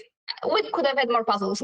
I only got home with 6, so it wasn't that many. It's a good traveling tip for puzzlers of like, instead of a suitcase, just bring like one big shopping bag. Like it's not like the usual shopping bag, but the reusable like big one, the one that has like this shape, just Exactly. for people to be able to imagine it, because that fits puzzles a little bit better. So it's actually a pretty good idea. Yeah, so when I travel, like even just with like, I don't know, car trips, like I always take puzzles with me, and I was for a long time just taking one of those big shopping bags, and I could fit like maybe 6 puzzles in there, so it's a decent size. And I have to say, you were really prepared, because I know I saw like you and your team, you grabbed all your luggage from the car, and then you were all like in this like mode of puzzling the puzzler's puzzle of getting everything in there, and you were opening this up, and you brought tape with you, and then you filled up the shopping bag, and then you basically taped it like multiple times over to make it like completely sealed. And I was like, wow, she planned this out. And it actually looked pretty funny, because like there were more of you, so I think 2 or 3 of you were packing at the same time at a different table, and each of the tables actually had like a lamp, so it looked a little bit like surgery as well. It was pretty funny from the side. Yeah. So to be honest, I really don't like to travel with a suitcase. So anytime I can, I avoid it. From World we have way too many puzzles, so I don't have any other option. Well, I always have another option. From Worlds and so on, and from the solo marathon, I did come with a suitcase. But any other opportunity that I have, I just try to improvise. I'm too used to traveling by car. I actually just like use big boxes to put the puzzles in them. And then, yeah, the easiest is the box if you just have to like throw it in the car. Yeah. Outside Portugal, I cannot really go by So, yeah. Yeah, well, theoretically you could, but here. theoretically you could, but you would be on the road for a long while. Yeah, well, I don't drive. I don't have a car, and I don't like to drive. So yeah, and I don't really want to take too many days from job. So I normally really travel at night the day before, or just last minute, and yeah. So yeah, it's a bit complicated. And then did you go back to work on Monday? I think you did. I did. I showed up at work because if not, I could not. I was not able to pretend to be working from home. I would just stay in bed, sleeping until until Tuesday. So yeah, I went to work somehow. I managed. Then I stayed almost all day. Just that on the way home, I was so tired that I tripped or whatever and twisted my ankle. So I almost did not. The rest. Almost. Yeah, now everything is getting back to normal. Well, but yeah, my hands are of the week. Yeah. Yeah. Well, thank you so much, Lenka. Congratulations for second place. You did incredible. And yeah, have some more rest. Is what I can say. Are you already working on like some puzzle that you have like lying around? Anything larger? No, I need to practice 500s and 1000s for Educa, for the competition. Okay. So yeah, it'll be all that. I would like to rest and do bigger ones, but only Not after. for now. Well, then enjoy the preparation for the next competition. Thank you so much. Thank Thanks. you. Thanks, Linka. Bye. And we have, as far as I can see, 17 minutes. Yes, 47 finishes at 1 hour and just coming up to 17 minutes. So just over half have finished at this stage. And on screen, yes, Undine just finished. Well done, Undine. And Ilona is also, yeah, looks like she's also just got about 5 pieces left. Maria TB has got the final top border to go. And Simona is also just filling in the some of the blues around the text as well. Yes. No, that's yeah, quite funny to think about Lenka going home on her motorbike with her husband and with bags and backpacks full of puzzles, but she made it work as you do. So Andrea, if you're there, you can turn your mic on. Well done on 3rd place.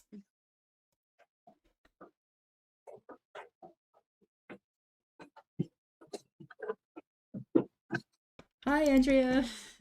Hello. It's so good to see you. I know We've missed you. I feel like this was fate, and I'm glad I get to talk because I have a lot of things to say. This is my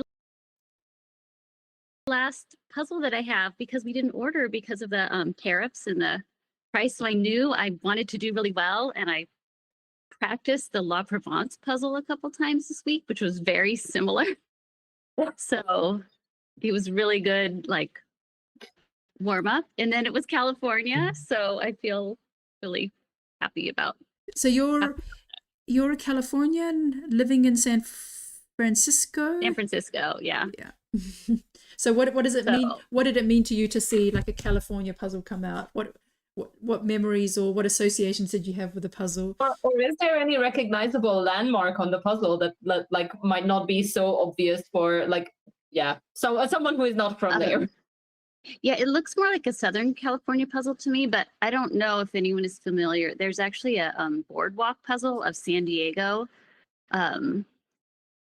And it was a competition puzzle that Jonathan did right before, like 2 years ago, before our nationals was in San Diego. And so it's kind of similar, and it has that look to it, which is kind of the landscape and the buildings with the palm trees and the I don't know if it's kind of Spanish architecture, but it reminded me of that a little bit. And these are kind of good puzzles for me.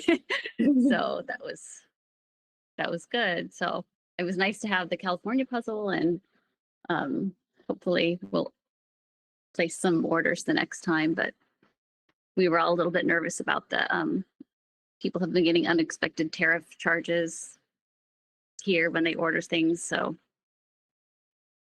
we took a break for one round, but yeah. I wanted to comment on something else, because a long time ago, Becca and I were doing an EJJ competition, and I made a comment, and Stefan had recorded it, about how my favorite logo last year at Worlds was the Vienna Puzzle Club. And he had sent a note, and look what got to me. Oh, that's so sweet.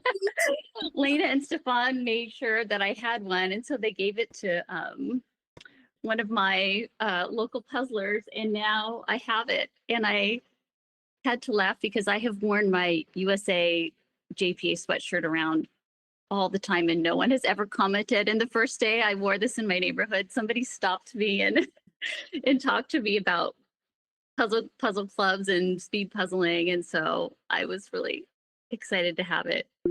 But it's all because I was interviewed here on the live stream, and then they heard it, and then they contacted me. So it was really exciting to have that. That is actually such a nice story. I'm so glad about that.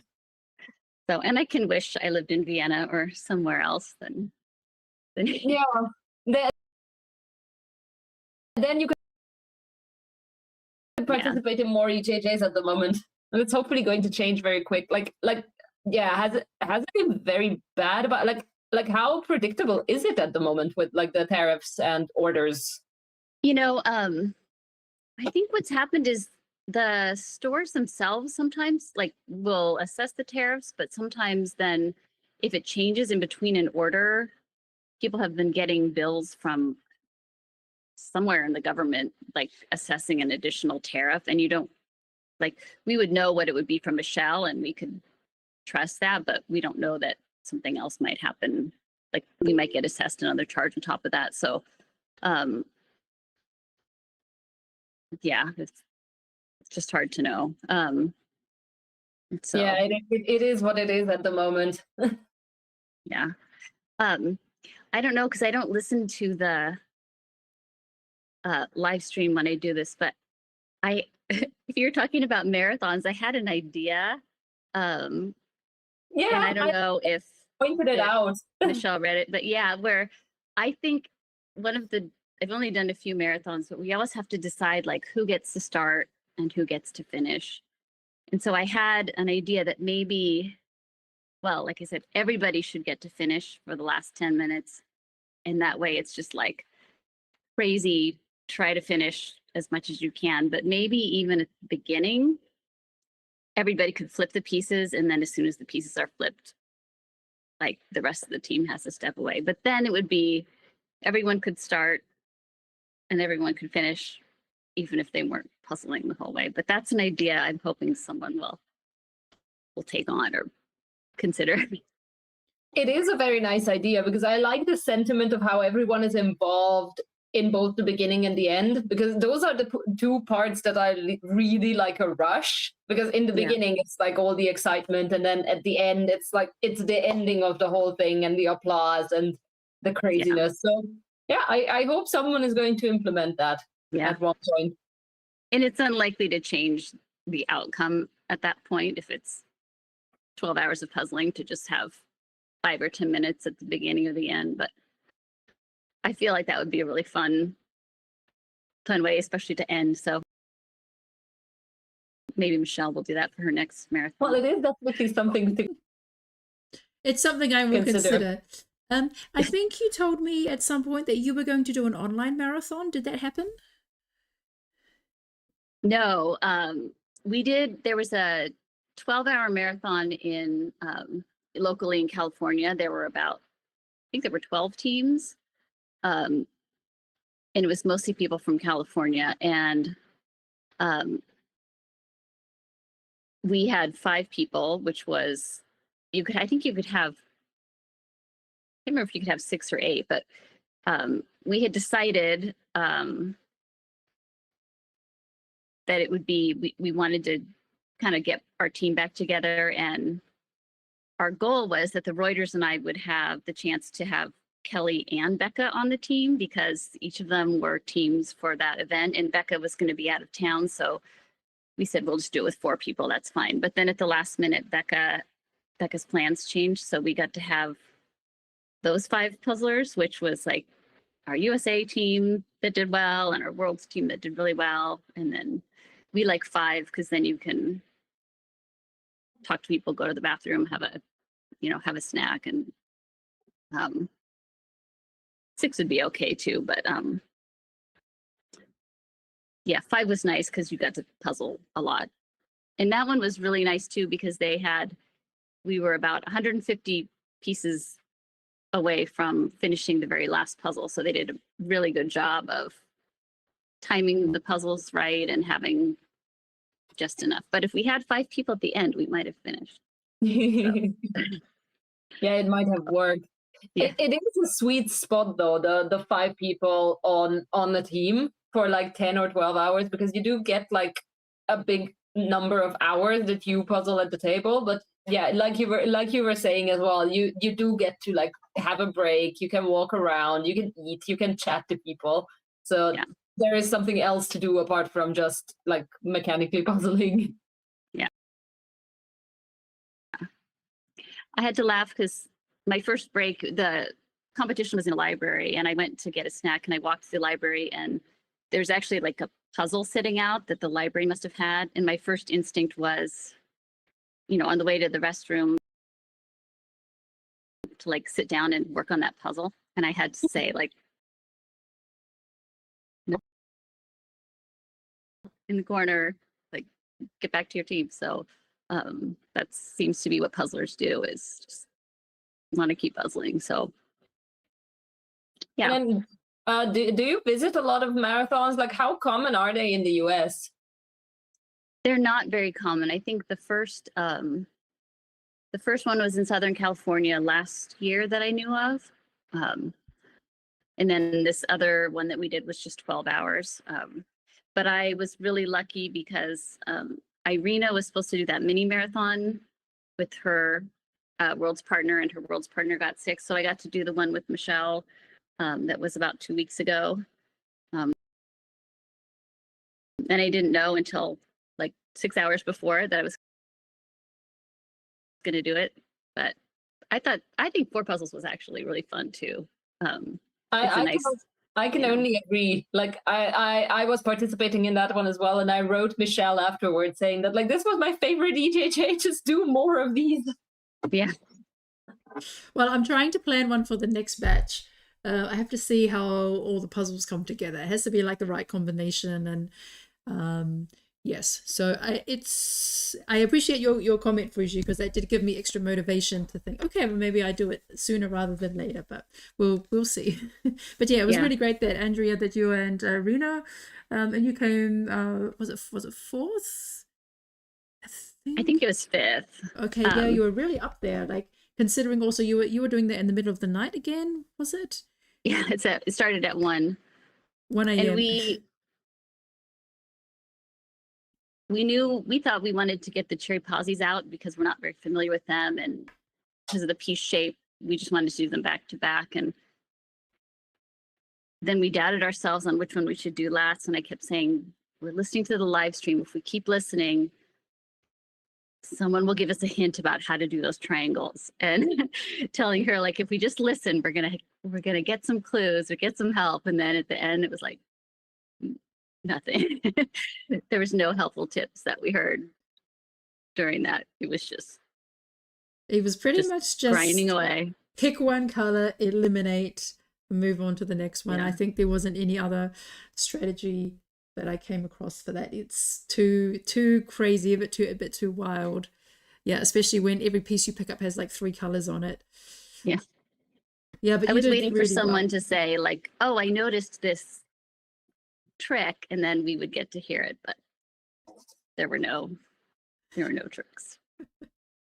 So yeah, well, I will definitely consider doing a pairs marathon again.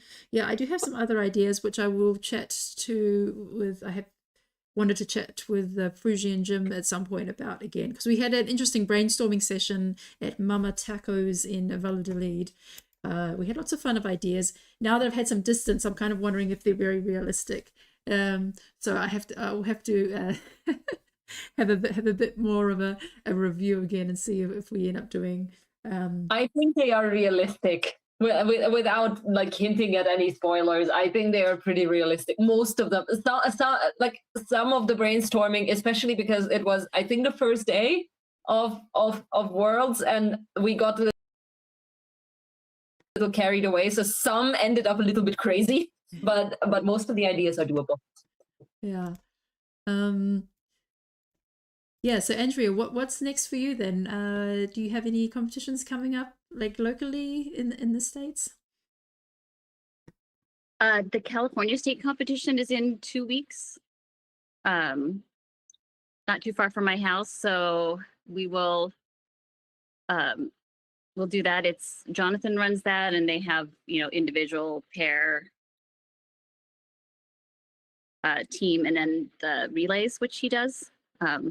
Which are kind of fun too. They're pretty quick, but there's that. And we know that, I know it's not easy for you guys to get, but there's a company called Boardwalk, and they have started a new speed puzzle line. And so they're having unreleased puzzles. So they did 2 unreleased puzzles for Utah, and it's kind of nice for us to get an unreleased puzzle for a local event. So they've had some pretty pretty ones, and they have a nice like matte finish, and they're, you know, designed so there's no glare, and the images are really fun and colorful. So Is they'll it be hopefully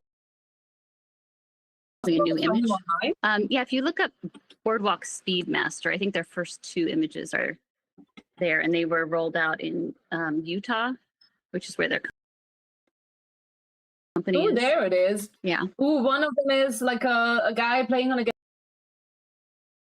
guitar, and the other is some Yeah. cakes. Ooh, they look great.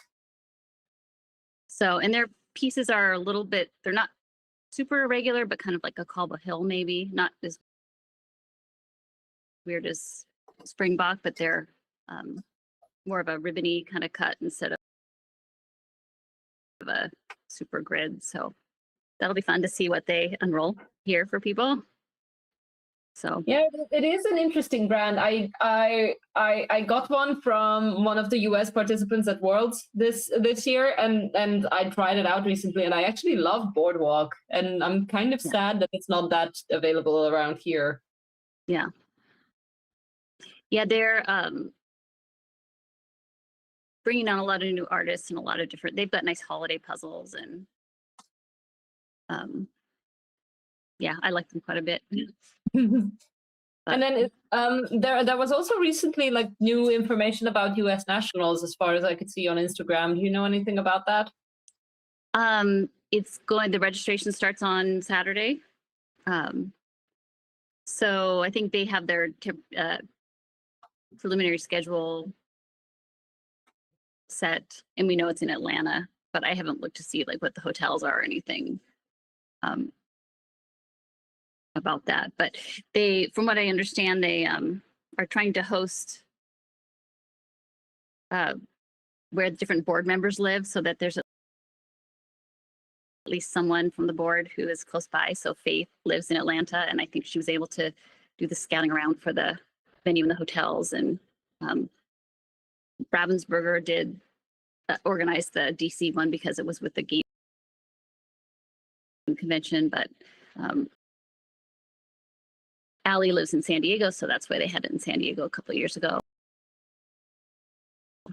Here to have it in California all the time kind of preferences the people that are close. So if I understand correctly, then it was mostly like East Coast and like a little bit more to the middle so far, the US nationals, and not really to the West. The first 2 years in 22 and 23 was in California, so it was the West. Ah, okay. Yeah. I guess it hasn't been in the middle, so maybe they'll do a Minnesota one, but there's the Winter Carnival, which is the puzzle twist competition, is in the Midwest. So I mean, we do have contests spread out around the country, but yeah. Yes, it's also harder to get around. Like if it's on the very one side of the country, that is a huge travel for a lot of people because of how big the country is anyway. So it makes sense for it to move around. Yeah, and it's nice to kind of like going to Valladolid over and over again. People, if they, ours typically runs very close to school, elementary school, spring break schedule. So it is nice if your family wants to tag along and you can go somewhere interesting. That is nice to have it move to different cities also. Yeah, that is definitely an appealing thing because, and then you have a reason to like, yeah, you are going puzzling, but you can like build an entire holiday around it, which is then interesting for the other people going with you as well. Yeah. And then it's usually just planned out for 1 year ahead. So you don't know when it's going to be in like 27 or 28. Yeah, they just announced it at the event, like at the end of the event, they announced the next city. It's kind of like the Olympics or something where they announce it at the closing ceremonies. But yeah, I don't know if they've thought out that far. I'm sure someone's thought out that far, but yeah, it'd be fun if it was in Chicago or someplace more central. I don't know if that's possible, but Yeah, that is most likely, yeah, it's up to the board who has like a kind of an overview of Yeah. where it's. It's also Well- like a humongous event, so most probably it's also not that easy to find a venue that can host that many people. Yeah, I think the venue, I have nothing to do with the planning, but I also imagine finding a venue and then a place that has the right kind of tables and the right kind of lighting and the, consistency across a room of how everybody can fit. Yeah, it probably isn't super straightforward, but yeah. Yes, I did say at I think it was the Portland Jigsaw Masters where they actually like paid attention. Conditions are the same for each table. I guess that at one point that has to be done at like every competition. Yeah, they as brought in a well. bunch of those like on movie sets, those big like, what do you call it? Well, I don't know what they are. Those big round lights with the covers on them that helped with the light, but not. Yeah, it's a lot of work, I think, to set those up and have the electricity and do all that too. So Yes, of course. yeah, I don't know, but yeah. So And apart from all this, like, what would your ideal marathon look like? So if there was like a marathon that you would have to come up with just for yourself and for what you enjoy, what kind of marathon would you want to puzzle at? yeah,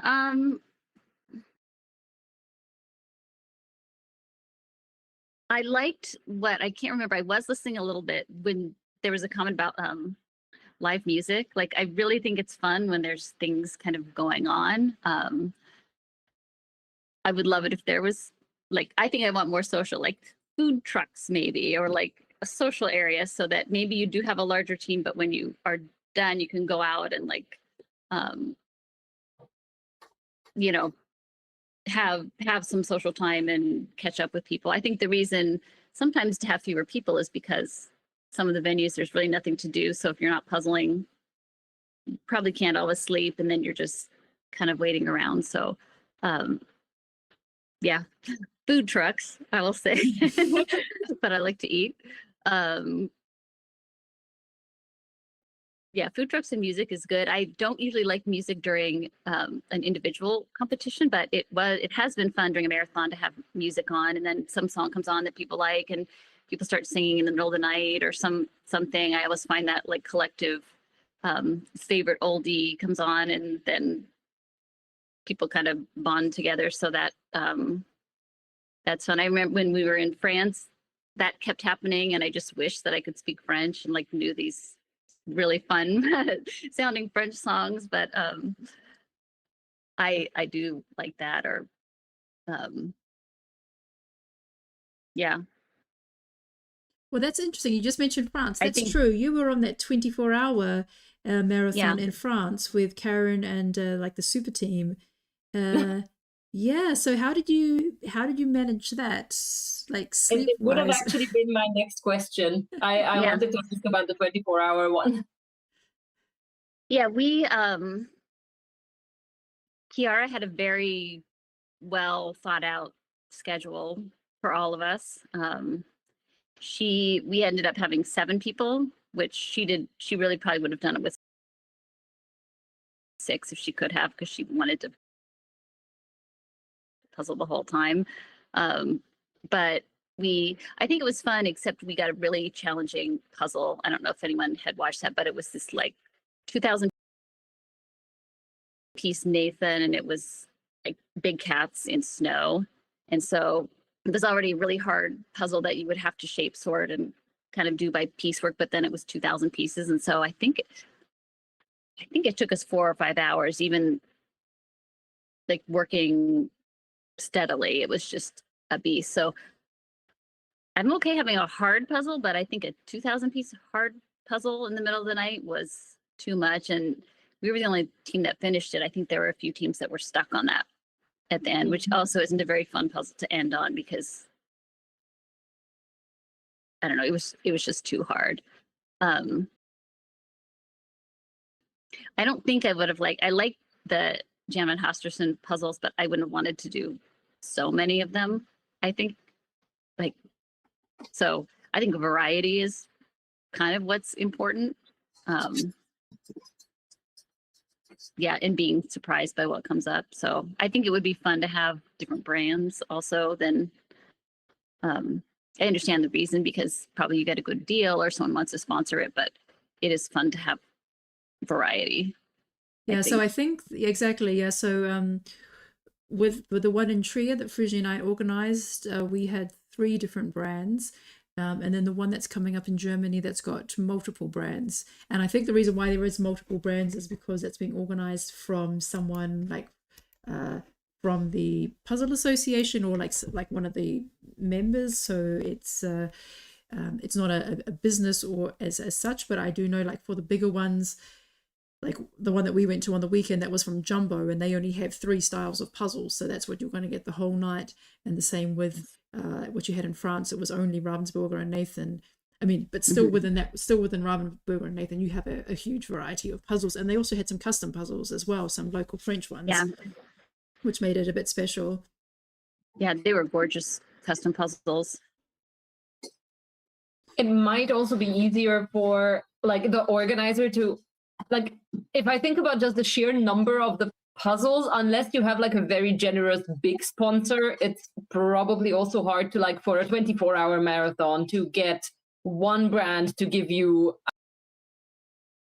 I don't know, let's say 60 times 24 puzzles. That's a lot of puzzles. So I think that for the German marathon, for example, that's part of the reason that they went with so many, so that like one sponsor or so only gives you like 50 puzzles, or there's 60 something teams, so like they give you like 70 puzzles and then you can go on with the next brand. Yeah, how many teams were on the marathon you just did? 163, and it was just the Jumbo. So it's I think that the brand itself is like very much involved in the organization of that, and that marathon has been going on for years. Like this was the 40th anniversary of it, so they were celebrating the birthday of the marathon as well. Yes, it has been going on for an insanely long time.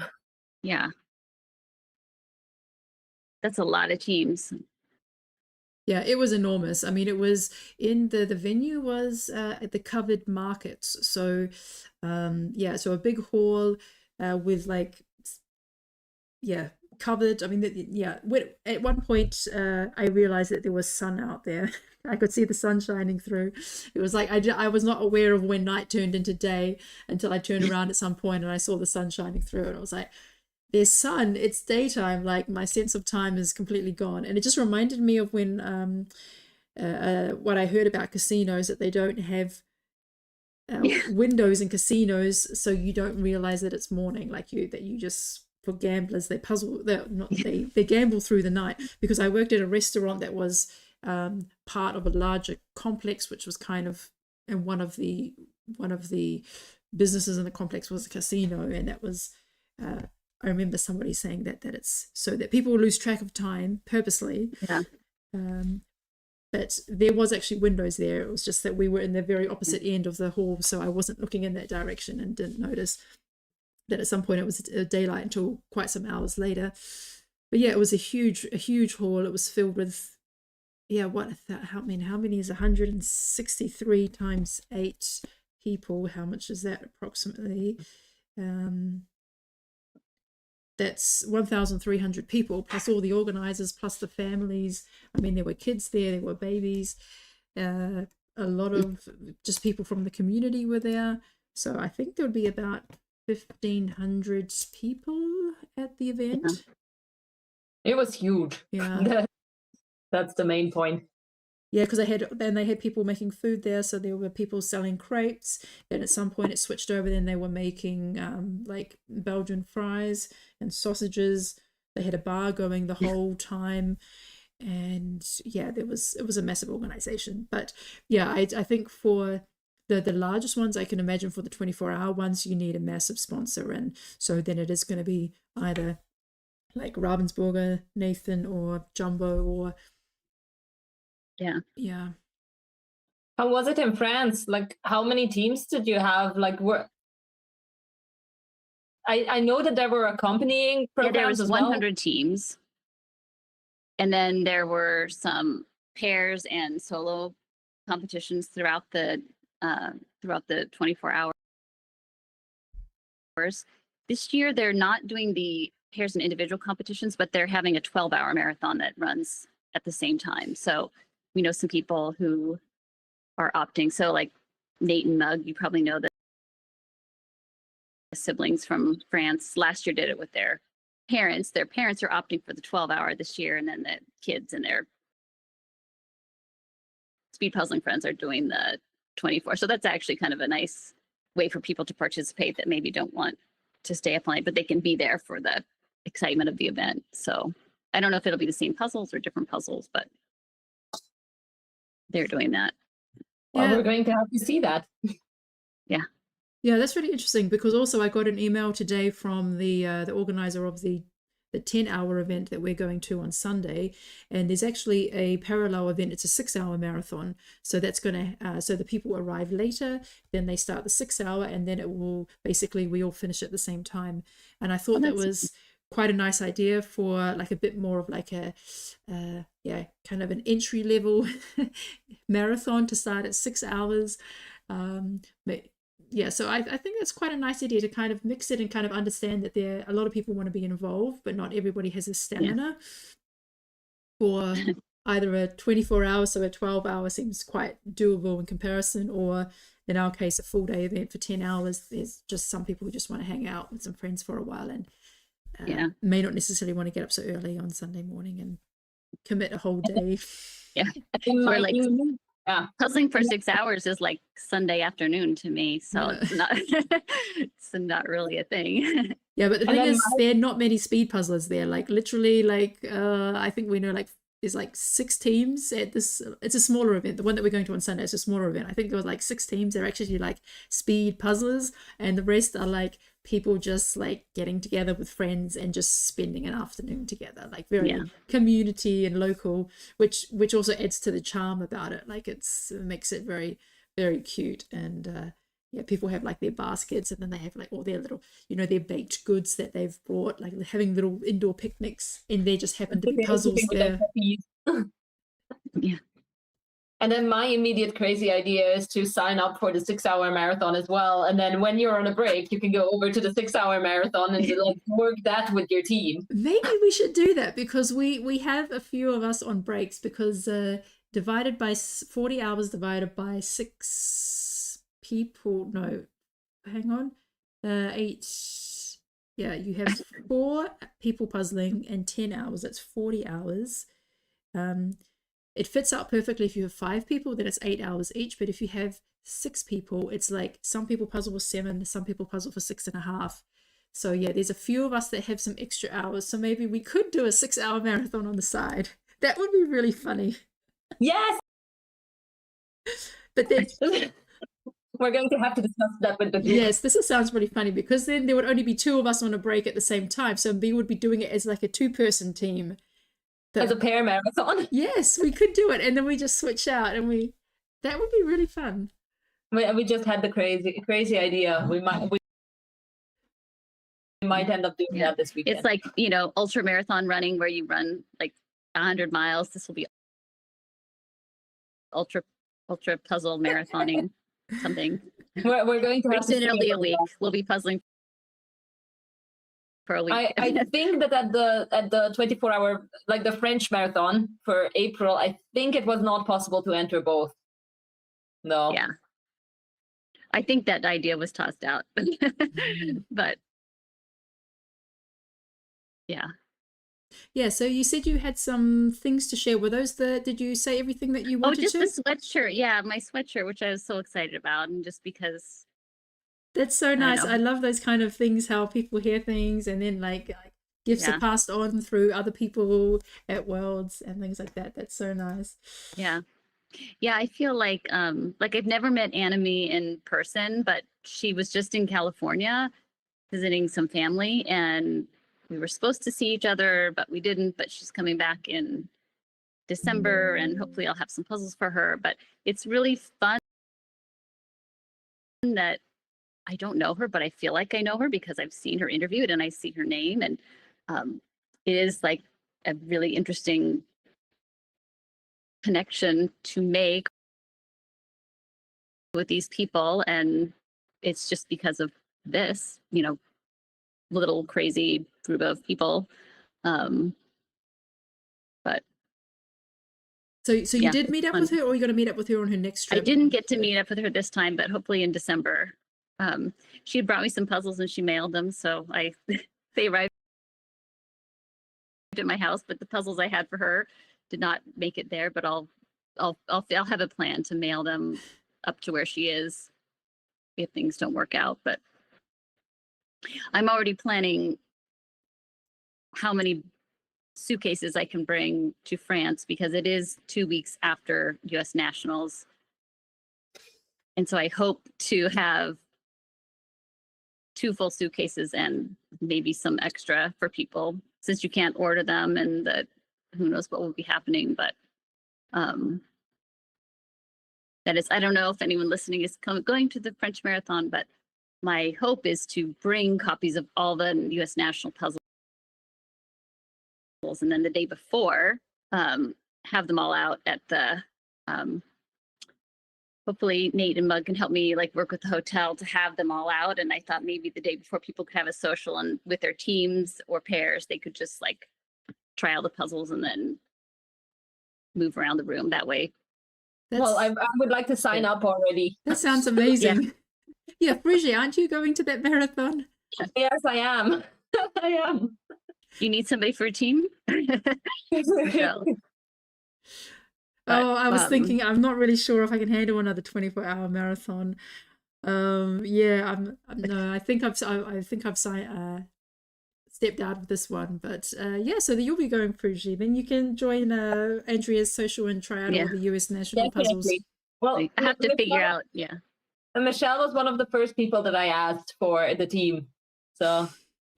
Yeah, she skipped on this one, but I'm going to be there, and I actually managed to like collect a team. Our team is full now, which I'm kind of happy about, and yeah, we're going to be there. It's going to be great, and it's good to know that you're bringing puzzles. I'm going to bring as many as I can. If I know people want to have them, and I just figure people can start sending me requests. And I mean, I already have puzzles. I already have puzzles waiting to go. But since they're so hard to go back and forth, I'll bring as many as I can and hunt them down for people. So, no, I'm sure they'll be appreciated, and yeah, definitely, because I'm sure there's a lot of puzzlers there who would love to try some of the exclusive puzzles from the US Nationals. Yeah. Well, and they'll be with their teams. Hopefully, they'll be with their teams in pairs so they can try them in the format of the competition if they want. Yeah, that would be lovely. Yeah, well, thank you so much for chatting with us, Andrea. All right, that was so nice. And yeah, we'll have to see you. We want to see you sometime with a picture of your shirt. Yes, that would be awesome. We'll suck it up and order the next batch that comes. Yeah, we'll see. I mean, I don't know if none of the Americans have posted yet that they've received their puzzles, so they're still in transit. But then we'll have to see how it ends up. If there are extra costs, but yeah, hopefully we'll see you in a couple of months' time with some more puzzle at another EJJ. Oh, Tammy says she received yours. Tammy, did you get any extra costs, or was everything included? Was that like final? No extra costs. Okay, that's good to know. But the box was torn open.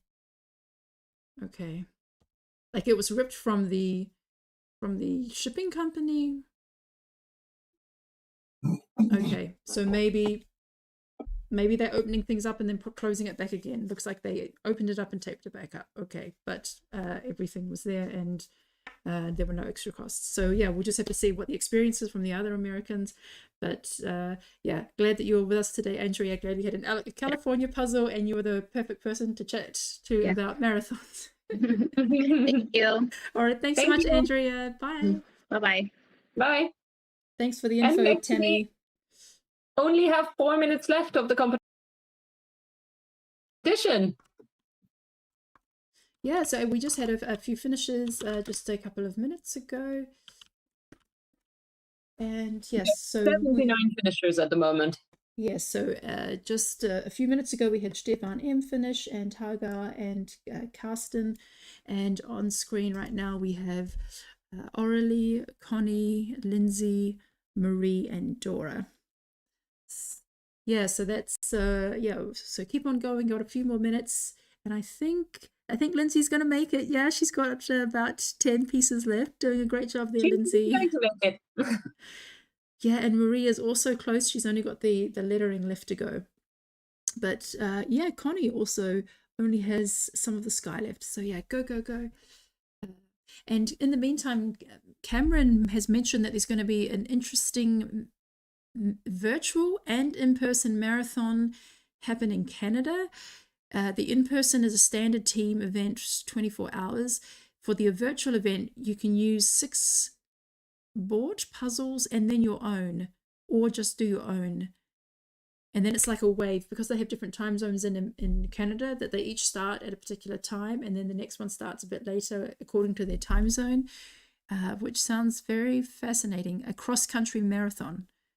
So I'm interested to hear how they do a marathon virtually. Yeah, I am kind an of interesting concept. Yeah, I'm kind of wondering like how to do this like online, a marathon. Like if you do a longer marathon online, then it's only going to fit like our time zone. Yeah, so then I was thinking about if there's like a staggered one, or like maybe like how we did the puzzle guzzle with the dream teams, and there were people who were individuals and pairs and teams all puzzling at the same time. Yes. So, yeah, Cameron also writes that the virtual one will be 24-hour periods that follows the time zones, and as such, the event is called a puzzle wave, and it's 28 and a half hours in total. So I guess they're trying to bridge like how the country itself goes through multiple time zones, but it's hard to imagine. I would like to find out more. Yeah, and congratulations, Lindsay. She just finished. Well done, finishing in the time limit. Yes, thumbs up. All right. Awesome. Great. And yeah, here comes Connie. Last pieces in the sky. Almost. There's 1 minute left. Oh yes, we got the 1 minute to go. There's 1 minute left. You can do it, Connie. We're so close. Yes, a puzzle wave. What was that? A puzzle wave? That sounds really good. So now I'm going to see what is possible in Europe for an online marathon of sorts. Definitely. Because that was also the answers. We had a real mix. Some people really want a solo marathon. Others want pairs. Others want a team. So the question is it possible to do something like that virtually? All right, we're coming up to 15 seconds. Yes, Connie. All right, good job. Yay. Congratulations. Well done. 10, 9, 8, 7, 6, 5, 4, 3, 2, 1, stop. Well done. Amazing job, everyone. Puzzling for 2 hours. Oh, I stopped the timer and started it again. Okay, that was 2 hours. It's actually a mini marathon in itself, the 2 hours. True, that's half of a mini marathon. It's like what's a mini version of a mini? Well, the pairs mini marathon was 4 hours for 2 people. This is a mini marathon in 2 hours for 1 person. Oh yeah, so you know what this is reminding me of? Yes, so you can add your pieces into the timer website. This is reminding me at the very end when we had to count up our pieces.